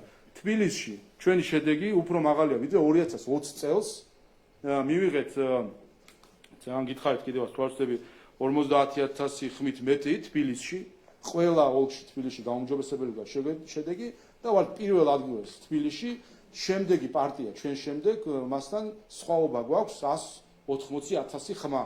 ასე რომ ყველა ქალაქმა გამოთქვა და სოფელმა გამოთქვა თავისი აზრი, შეეგუონ ახლა ამას ერთადერთი რაც მათ შეუძლიათ არის ის რომ მიიღონ ეს არჩევანი და მიიღონ მანდატები და კიდევ ერთხელ აი ლელო და გახარია რასაც საჭიროებენ ვერ გამიგია. ანუ exit polls და CSGO-ს ერთი ეგრეს ამბობს 8% თუ რაც ხო მიიღეთ ხმა, 8% მიიღეს ხმა. ანუ რა უნდათ? ანუ უნდათ რომ წაგვართვან და ჩვენი ხმები მიიწერონ თუ რა უნდათ, ხო? ანუ exit poll-მას და CSGO-მას აჩვენა ერთ-ეგრე შედეგი ამ ორ პარტიასთან მიმართებით. რაზე ზრუნავენ რომ ნაციონალ მოძრაობა იყოს მეტი თუ გვარამე იყოს მეტი. ხო ამას აკეთებენ სინამდვილეში ეს არ უნდა? მოგესალმებით, ტელეკომპანია მაესტრო ნადია გოგოვაშვილი გაგაგზავნებთ გუშინდელი აქციის თემას. ჩვენ მოვისმინეთ მთავარი გადაწყვეტილებები ოპოზიციის, ის რომ ჩახსნიან სიებს მანდატებზე ამბობენ უარს და კიდევ ერთი ისინი არ აპირებენ არანაირ მოლაპარაკებებზე წამოსვლას მმართველ გუნდთან და ამბობენ რომ ეს არჩევნები მოიგო ხალხმა და ქუჩის აქციები უნდა გაგრძელდეს, თუმცა ჩვენ ვერ მოვისმინეთ კონკრეტული გეგმა, რა ფორმატით, როგორ და როდის გაგრძელდება ეს აქციები, თქო რომ ამას მომდევნო დღეებში იტყვიან. ერთი ის ნაწილი რომ თქვა გეგმა არ არსებობს ჯერ და ასევე მთავარი მტკიცებულება გუშინ სცენიდან ითქვა რომ მთავარი მტკიცებულება არის გუშინ რუსთაველის კამცირზე მისული ხალხი. რამდენად არის ეს საკმარისი ოპოზიციისთვის იმ საქმეად რომ არჩევნები არის მოპარული? ხო მე გუშინ სცენიდან ისიც მოვიცნო განწირული მოწოდება რომ მოგვაწოდეთ მტკიცებულებები, მოგვაწოდეთ მტკიცებული. ან სირცხვილი არ არის, ხალხი მიიყვანეს. გაყავდა არჩევნები, ან ჯერ ერთი რომ ქვეს რომ გაყავდა არჩევნების დღეს. ისე აღშფოთდნენ რომ 2.5-ზე დაიძინეს. გათიშეს ეთერები და ამ ანერვიულებულ ფონზე თან ამერიკიდან ელოდებიან ანგარიშებს, მაგრამ დათვლას აღარ ელოდებიან, მოდი დავისვენოთ და ხო მეორე დღეს ხო უნდა სხვა ქალაქში გაგვეღვიძა რა, ხო შემოვიდა რომელიღაც არმიას, ასე ვთქვათ, საქართველოში ხო? და ასე შვიდად დაიძინეს ამ გაყალბებულ არჩევნებზე. სცენა დაშალეს, აწყობილი, სად იყო ეს აღშფოთებული თავისი ამორჩევლები, რატო არ მოვიდნენ ერთი იმ დღეს და რატო არ დაუძახეს, ხო? მერე ორი დღე იფიქრეს, თენგოს თხოვეს რომ იქნებ გითხრა როგორ გაყავდაო, თენგომ ვერ უთხრა, გამოვიდნენ სცენაზე და ხალხს მოუწოდებენ რომ მოგვაწოდეთ რაიმე ინფორმაცია გაყალბებასთან დაკავშირებით. ნუ ცალკე მათთან სინქრონში მყოფი NGO-ები და ამას დააკვირდეს შემთხვევითი არ არის. როდესაც მათ ბრიფინგი გამართეს გუშინ წინ იყო თვალსწრები, რომ აი გაყალბებულია და ასე შემდეგ ფანჯრებიც კი ერთი იყო ჩართული, რომელიღაც ტელევიზიაზე არ ვიცი რომელი იყო, ოპოზიციის შტაბინიდან მეორე ოპოზიცია და NGO-ების ეს ჯგუფი. და ერთმანეთს ელოდებოდნენ, რომ ჯერ შენ გააკეთე, მერე მე და მერე მე. რატო ელოდება არასამთავრობო ორგანიზაცია რომელიღაცა პარტიის ბრიფინგს? რატო ელოდება? რა სჭირდებათ ეს სინქრონიზაცია? თავის საქმელი გამოვიდნენ თქვან. თუ ეს აწყობილი უნდა იყოს, რომ მიდი შენ ცოტა აწე, მე მოგეხმარები და ამითი მუხტი უნდა გავაძირო. აი, აქვე ხო გამოჩნდა, რომ ეს არის ჩვეულებრივი სინქრონში მოქმედი ორკესტრირებული პროექტი ამ ორგანიზაციების, რომელზეც დაადასტურებულად მათ ზოგიერთ წევრს და ისედაც თლიანად გაგქონდათ საარჩევნო მიზნები, მათ შორის, რაც შეეხება სხვათა შორის, ესეც დამოვიცოთ წეგან მეთქვა, რაც შეეხება ამ ჯგუფს არასამთავრობო ორგანიზაციების, რომელიც საჩივრებზე საუბარს. მათ 17 ოქტომბერს ისიც გვითხრეს, რომ სტრასბურგში გავაგზავნეთ სარჩელი. ეხლა ესეც შევახსენოთ და ამ დღეებში იქნებიან აქტიური და დაუსვით ეს კითხვები. სარჩელი გავაგზავნეთო გამჭვირვალობის კანონთან დაკავშირებით. ეხლა ურმით გააგზავნეს ეს სარჩელი თუ რა არის, დღემდე რო არ ჩასულა სტრასბურგში. აი ეს არის სინამდვილეში რომ ეს ასე ვთქვათ გაცხადებები წინასწარ თითქოს შექმნა რაღაცა მოლოდინების, რომ აი სკანდალი არის ახლა, აი ახლა წარმოვადგეთ მტკიცებულებებს და გუშინ გამოვიდნენ რომ თენგომ ვერა, მაგრამ ჩვენ გავშიფრეთ, პლანშეტები გქონდა და გავშიფრეთ და აი ახლა ყველაფერს მოგახსენებთ. იქ ყველაფერი ვერ მოგახსენეს, სხვა ჩვენ ბრიფინგსაც ვაკვირდებით რაღაცეები თქვენს. მე ვიქნება ფაილებს ავტვირთავთო, არ დავიძინე, დაველოდეთ, ნახეთ ფაილები და აი ესეთი ტიპის რაღაც მტკიცებულებია. გასაგებია ხა, რა თქმა უნდა, დარღვევებიც იქნება. იმას კი არ მომავთრე ხანუ არანაირი დარღვევა არ იყო, ხო? რა თქმა უნდა, იქნება დარღვევები, მარკირების წესით ხანდახან დარღვეული იქნება, რაღაც იქნება 2,60,000 ადამიანი იყო სამარკირებო და ასე შემდეგ. სხვა შორის მეც გითხეს, რომ მივედი დაგასხათ თუ არა სითხეო და მე გითხრათ და ხანდახან არის რომ ზოგიერთ რელიგიური მოსაზრებით, ზოგიერთ სხვა მოსაზრებით შეიძლება სითხეზე უარი თქვას და მაშინ მონაწილეობას არ აღებინებენ. მაშინ რა ქვია, არჩევნებში. ამიტომ აი 2,60,000 ადამიანი მოძრაობდა, ასე ვთქვათ, იმ დღეს, ხო? ეხლა იქ რაღაც დარღვევები რო იქნებოდა, რასაგებია, მაგრამ ამის წარმოსახვა ისე, რომ 900,000-იანი სხვაობა სინამდვილეში არ არსებობს, ან უნდათ რომ 900,000 ადამიანი საქართველოს მოქალაქეს უწოდონ ვირტუალური ადამიანი და გააქვთ. ის რიგები, წარმოიდგინეთ, აი რაც რიგები იყო, აიღონ ის კადრები და იქიდან ხალხი უბრალოდ ამოშალა. და ის თქვა 50 კაციანი რიგი გახადონ 20 კაციანი და წაშალონ. უბრალოდ ჩვენი მოქალაქეები უნდა წაშალონ. იმიტომ მათი აზრი არის რომ ეს 900,000 ადამიანი გააქვთ. ასე რომ, რა თქმა უნდა, ჩვენი წინა გამოცდილებას ამას გვეუბნება, რომ სპეკულაციურია ეს ყველაფერი და გამოჩნდება. როდესაც მუხტის აწევაზე საუბრობთ ბატონო შალვან, აი თქვენი საუბრიდან გამომდინარე, ის რომ მტკიცებულებები ჯერ არ არის ისეთი დონის, რომ დადასტურდეს გაყალბება, ის რომ სარჩელი ამ დრომდე ჯერ კიდევ ვერ აღწევს დანიშნულების ადგილამდე და ის რომ ისფრეც არ გამოუქვეყნებია პარალელური დათვლის მონაცემები, ხო არ ნიშნავს იმას, რომ ოპოზიცია ხელოვნურად ცდილობს ამ დროის გამოყენებას იმისათვის, რომ საპროტესტო მუხტი მოიმოდოს, თუმცა თუ ამ ყველაფერს არ გამოაქვეყნებს და არ დადებს, თქვენი აზრით ეს მუხტი მოიმატებს თუ პირიქით შემცირდება?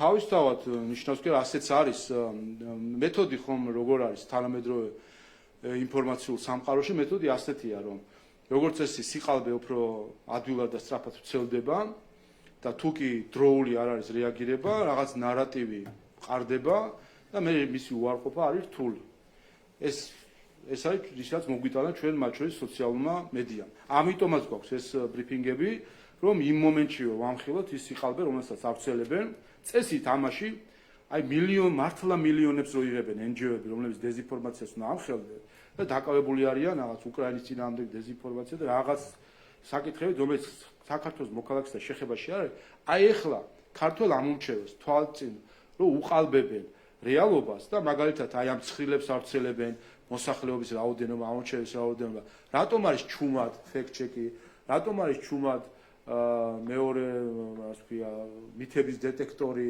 მილიონები აქვს ეს ხალხი არის ვინც მათ შორის აქვთ რა კონტაქტი სოციალურ მედიასთან ამ ხალხს შეუძლია სიყალბის ისე მხილება რომ შეიზღუდოს მისი გავრცელება შეფეხდეს მისი გავრცელება ამიტომ ერთადერთი და რაც თავი ეს ხელის გულზედეს ისეთ სიყალბეებია ხმას არ იღებენ იმიტომ რომ არ შეიზღუდოს ამ სიყალბის გავრცელება და შეგახსენებთ ფექტ-ჩეკი 2020 წელს როდესაც იყო პარალელურ დათვლის შედეგებთან დაკავშირებით ჰქონდა დიდი დებატები და ცარიელი კონვერტები მე პირადად მოვუწოდე მაშინ რომ შეამოწმეთ აი გადაამოწმეთ თქვენ სხვა NGO-ებსაც მოვუწოდეთ იმათმა ხელი დაიბანეს საიამ მათ შორის მაშინ ხელი დაიბანა თქვა რომ ჩვენ პარალელურ დათვლას არ ვაწარმოებთ და ეხლა რა ვქნა ჩვენ რატომ უნდა გადავამოწმოთ ეს ყველაფერი ანუ ყველაფერს ეკიდებიან ყველაფერს ამონიტორინგებენ მაგრამ თავისი გვერდში მყოფი სხვა NGO რო არის იქ ხელი ხელს ბანს და იმაზე არაფერს არ ამბობენ და მაშინ მე პირადად მოვუწოდე ფექტ-ჩეკს რომ გადაამოწმეთ მეთქი და მიმართე საჯაროდ მათ შორის და პასუხი მივწერე მე საჯაროდ რო არ რეაგირე მივწერე პასუხი მომწერეს რომ იცით რა საკმარისი კადრები არ გვყავსო რომ ამ საკითხით დავტყავდე სხვა საკითხებით ვარ დაკავებულია მაშინაც განზრახ დუმდნენ იმიტომ რომ ეს დეზინფორმაცია გავრცელებული იყო ეხლა ჩუმად არის ფექტ-ჩეკი და მითების დეტექტორი ეს ორი ორგანიზაცია მათ შორის ისფეცაც აქვს და გამჭვირვალობასაც დეზინფორმაციის ხილების პროექტები და ამაში დიდ ფულს იღებენ ჩუმად არიან რომ საქართველოს მოსახლეობა მოტყუდნენ და ესეც არის ნაწილი საინფორმაციო ომისა საქართველოს წინააღმდეგ და ჩარევისა მოქალაქეების ნების ფორმირების პროცესში კიდევ ერთ კითხავ ნაციონალური მოძრაობის ახალ კამპანიასთან დაკავშირებით თამარ კორძაიამ გააკეთა დღეს დიდი განცხადება კამპანია არის სახელწოდებით გადაამოწმე შენი თავი სად მიეცი ხმა როგორც კორძაი ამბობს თუ ხელისუფლება ამტკიცებს რომ გაყალბებას და манипуляციებს ჰქონდა ადგილი მაშინ ბაზა დაუყოვნებლივ შექმნან ამ ტიპისო და თუ ამას არ გააკეთებენ ესე კი ხელისუფლებას ეშინიაო რა არის თქვენი პასუხი და გადაამოწმდა მე აღნიშნულ ისე თვალებია მე რასიზავი იქ ეს დააყოლონ ხოლმე აი თუ კი ეს იქნება მაშინ ჩვენ და რაღაც დადუმ პირობა. ქალბატონი თამარ კორძაია 2021 წელსაც ძალიან აქტიურად იყო ჩართული თუ 20-ში თუ არ ვცდები, ჩართული და ძირითადად საუბრობდა ხოლმე ბიულეტენებზე და ოქმებზე. ყველაფერი იყო ტყუილი, რაც მან ელაპარაკა მაშინ. და იმ მომენტშივეც უმტკიცებდით, რომ ტყუილი იყო. და მერეც კარგად გამოჩნდა თვითონაც მიხვდა ალბათ, რომ ტყუილი იყო. ეხლა იგივე დინარეში შედის, ანუ იქ სადაც ექსპერტიზა მაშინ არ ეყო მას და ეხლა ცდილობს რომ აბსოლუტურად არარეალისტური ბრალდებებით რაღაცები ისაუბროს, არ არის კიდევ ერთხელ რისი თქმა მინდა იცით, აი 2020 წელს პარტიებმა, NGO-ებმა და ზოგიერთმა უცხოებმა ყველა ხომ ცხვირი შეირცხვირა ქართული ხალხის წინაშე, აი იმ საშინელი დეზინფორმაციის გამო, რაც მაშინ იყო. ჩვენ პარლამენტში შედგა, მაგრამ ჩვენ მოსახლეობას, ხელისუფლებას, ყველამ ხო ერთი წელი ნერვები დავიწყვილდეთ, ხო ამით, ხო? ერთი წელი ამ შარმიშელის შეთანხმება ის ხო ნერვები დაგვაწყვიტეს საქართველოს მოსახლეობას, უცხოელებმა თავისი NGO-ებით და თავისი ოპოზიციით. ხო აი ყოველი შეხვედრა ჩემით აქეთ იგი მტკიცება რომ იცით რა ხალხო არ გაყალბებულა აი პივიტი, აი ბიულეტენი, აი ის ხო ერთი წელი ნერვები დაგვაწყვიტეს. ხალხი ერთმანეთს გადავკიდეს, გვაჩხუბეს, ერთმანეთი გვალანძღინეს. და მე ჩაიარა ამ ყველაფერმა, არა, პრობლემები ამასთან ერთ-ერთი უცხოელი მეუბნებოდა, არა ჩვენ კითხვის ნიშნა არასდროს დაგვიყენებია. გამარჯობა ეხლა 4 წლის თავზე რომ ეხლა ამას მეუბნები და მამშვიდებ, ის ერთი წელი რას მაჯაჯღარებდი, ხო? და ბოლოს და ბოლოს შეეშვა ხო შეიძლება მოქალაქეებს მისცეს საშუალება რომ საკუთარი დემოკრატიული ნება გამოყენოს. ხო ხედავენ რომ ან კომპეტენცია არ ყოფილი სხვა ქვეყნის საქმეებში ჩარევის და უბრალოდ აფუჭებენ საქმეს იქ. სადაც ჩაერინე ყველგან გააფუჭეს, ხო? ჩაერინე სააკაშვილის საქმეში, ხო ჩაერინე. ხო ერეონე, წინდებით ხო გაქონდა პოლონეთის განცხადება იყო, ხო? პოლონეთის თავრობის ექიმები იყვნენ აქ ჩამოსული. პრემიერ-მინისტრთან არსებული ექიმების ჯგუფი. ბევრი ზეწოლის, თხოვნის და ამის შემდეგ ევროკავშირის ჩართულობით და ყველა ჩართულობით ბოლოს კარგი კი ბატონო ჩამოვიდნენ და თავისი თვალით ნახონ. აი რა გამოგვიგზავნეს ბოლოს სპეცოპერაციას გვიტარებდნენ. აქ და წინდებით გამოქონდათ რაღაც ისინი, ხო? ხო ნახეთ, ყალბი დასკვნები, ყალბი უცხოელი ექსპერტები, ნობელის პრემიის ლაურეატია ადამიანს ჩამოიყვანეს და სერიოზულად ამას აშუქებდა ყველა, რომ ეს არის ნობელის პრემიის ლაურეატი ტყუილი. და სადაც ჩაერინნენ, იმის თქმა მინდა, სადაც ჩაერინნენ, საქმე მხოლოდ გააფუჭეს. და იქნებ ერთხელ მისცენ შანსი ქართულ ხალხს, რომ იმ დემოკრატიით იცხოვროს, რასაც ქვია რეალური დემოკრატია და არა გარედან მართული დემოკრატია. ქართულმა ხალხმა 1,100,000-მა თქვა თავისი ნება და ყველას ეს პატივი. ან გითხარ რომ მაშინ ქართული ხალხი არ მოუწევს და უნდა თუ საათას ეს ნაწილი გადაგვასახლონ, მაშინ სადღაცას უნდა გამოგვიყვან კუნძული და იქ დაგვასახლონ. ან თუ არ მოსწონთ ქართული ხალხი, ეს გითხარ, თუ არის რაღაც სპეციალური სეგმენტი, რომელიც უცხოეთიდან ფინანსდება და ეს არის მათთვის ქართული ხალხი, გითხარ მაშინ რომ ეს არის ქართული ხალხი და თქვენ არახალხი ხართ, არ ვიცი. ბატონო შალვა, ამე კოგოდაძე ევრონიუს. ამ ყველაფრის ფონზე, როგორც წარმოგიდგენთ, პარლამენტის მუშაობა ოპოზიციის ამ ნაბიჯების ამ გადაწყვეტილებების ფონზე და მათ შორის ევროკავშირთან და შეერთებულ შტატებთან ურთიერთობის გაუმჯობესება, ევროინტეგრაციის პროცესი, რა გველოდება მომდევნო 4 წლის განმავლობაში, რა მოსაზრება აქვს თქვენს გუნდს? პირველი რაც შეეხება პარლამენტის მუშაობას, რა თქმა უნდა, არანაირი ხინჯი ამ მხრივ არ ექნება. ჩვენ ამ მოწვევის მიმდინარე მოწვევის პარლამენტი იცით რომ ერთი წელი იყო ოპოზიციის ბოიკოტის თუ საბოტაჟის ასე ვთქვათ ფარგლებში მუშაობდა ახსოვს ნაციონალურ მოძრაობამ მხოლოდ აგვისტო იყო თუ არ ვცდები როდესაც შემოვიდნენ პარლამენტში და ჩვენ იმათ იმუშავა შემდეგ ამის შემდეგ ოპოზიციან ჯამში ან ნაციონალურ მოძრაობის ფრთამ თლიანად პლენარული სხდომების თუ არ ვცდები 40% იყო რაც სტატისტიკა ვნახე არც მოდიოდნენ ბოიკოტს უცხადნენ. ანუ რეალურად პარლამენტის სხდომების ნახევარზე ისინი არ იმყოფებდნენ. და მეორე ნახევრიდან კიდე ნახევარში მათ ნაცვლად მისი კოლეგები ატარებდნენ ხოლმე ბარათებს და ამის სტატისტიკას თვალკე ვხედავ ხოლმე მე როგორც სხდომის თავმჯდომარე, როდესაც რეალურად არ ზის ადამიანი და მე ატარებენ ხოლმე თავისი კოლეგების ბარათებს, რომ ხელფასები მიიღონ და არ ჩამოეჭრა. ასე ძალიან ასეთი პარლამენტი ქონდა, არც ერთი რეფორმისთვის მას ხარი არ დაუჭერიათ, მათ შორის იმ რეფორმებისთვის, რომლის საფუძველზე ჩვენ კანდიდატის სტატუსი მოგვენიჭა, მათ ხარი არ დაუჭირეს. თუ კი დარბაზში იყვნენ, ძირითადად დესტრუქციას ქონდა და დესტრუქციისთვის იყვნენ და გაიხსენეთ, უბრალოდ თქვენს წარმოსახვაში 2 წუთი თვალი დახუჭეთ და გაიხსენეთ ოპოზიცია საქართველოს პარლამენტის სხდომათა დარბაზში. რაც გაგახსენდებათ არის წივილი კივილი, მაგიდებზე შეხტომა და ასე შემდეგ, ტრიბუნების ბლოკირება და ასე შემდეგ. არანაირი ამორჩევლის ინტერესიდან გამომდინარე საპარლამენტო საქმე რომ მათ არ ქონიათ. ისინი ერთადერთი პარლამენტში მოდიოდნენ პოლიტიკური ტრიბუნისთვის და მედიისთვის.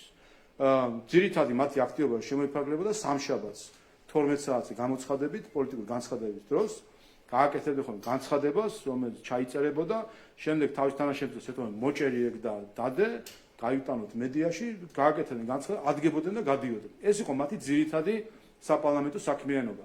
ასე რომ ეხლა ასეთ ხალხთან, ასეთი ხალხი ვიქნებით თუ ხალხის გარეშე დიდი გადამწყვეტი მნიშვნელობა არ აქვს, რაც თავარია არის ქართულმა ოცნებამ მოიპოვა დამაჯერებელი და გამარჯვება, უმრავლესობა შემდგარია, რომელიც იმოქმედებს არა მხოლოდ საკუთარი ამომრჩევლების, არამედ ყველას ამომრჩევლებიც და აი ოპოზიციის ნაცვლადაც მათ ამომრჩევლებზეც ვიზრუნავთ. სწორედ იმის გამო, რომ მათ ამომრჩევლებზე ზრუნავდით, ამის გამო დაკარგეს 60,000 ხმა.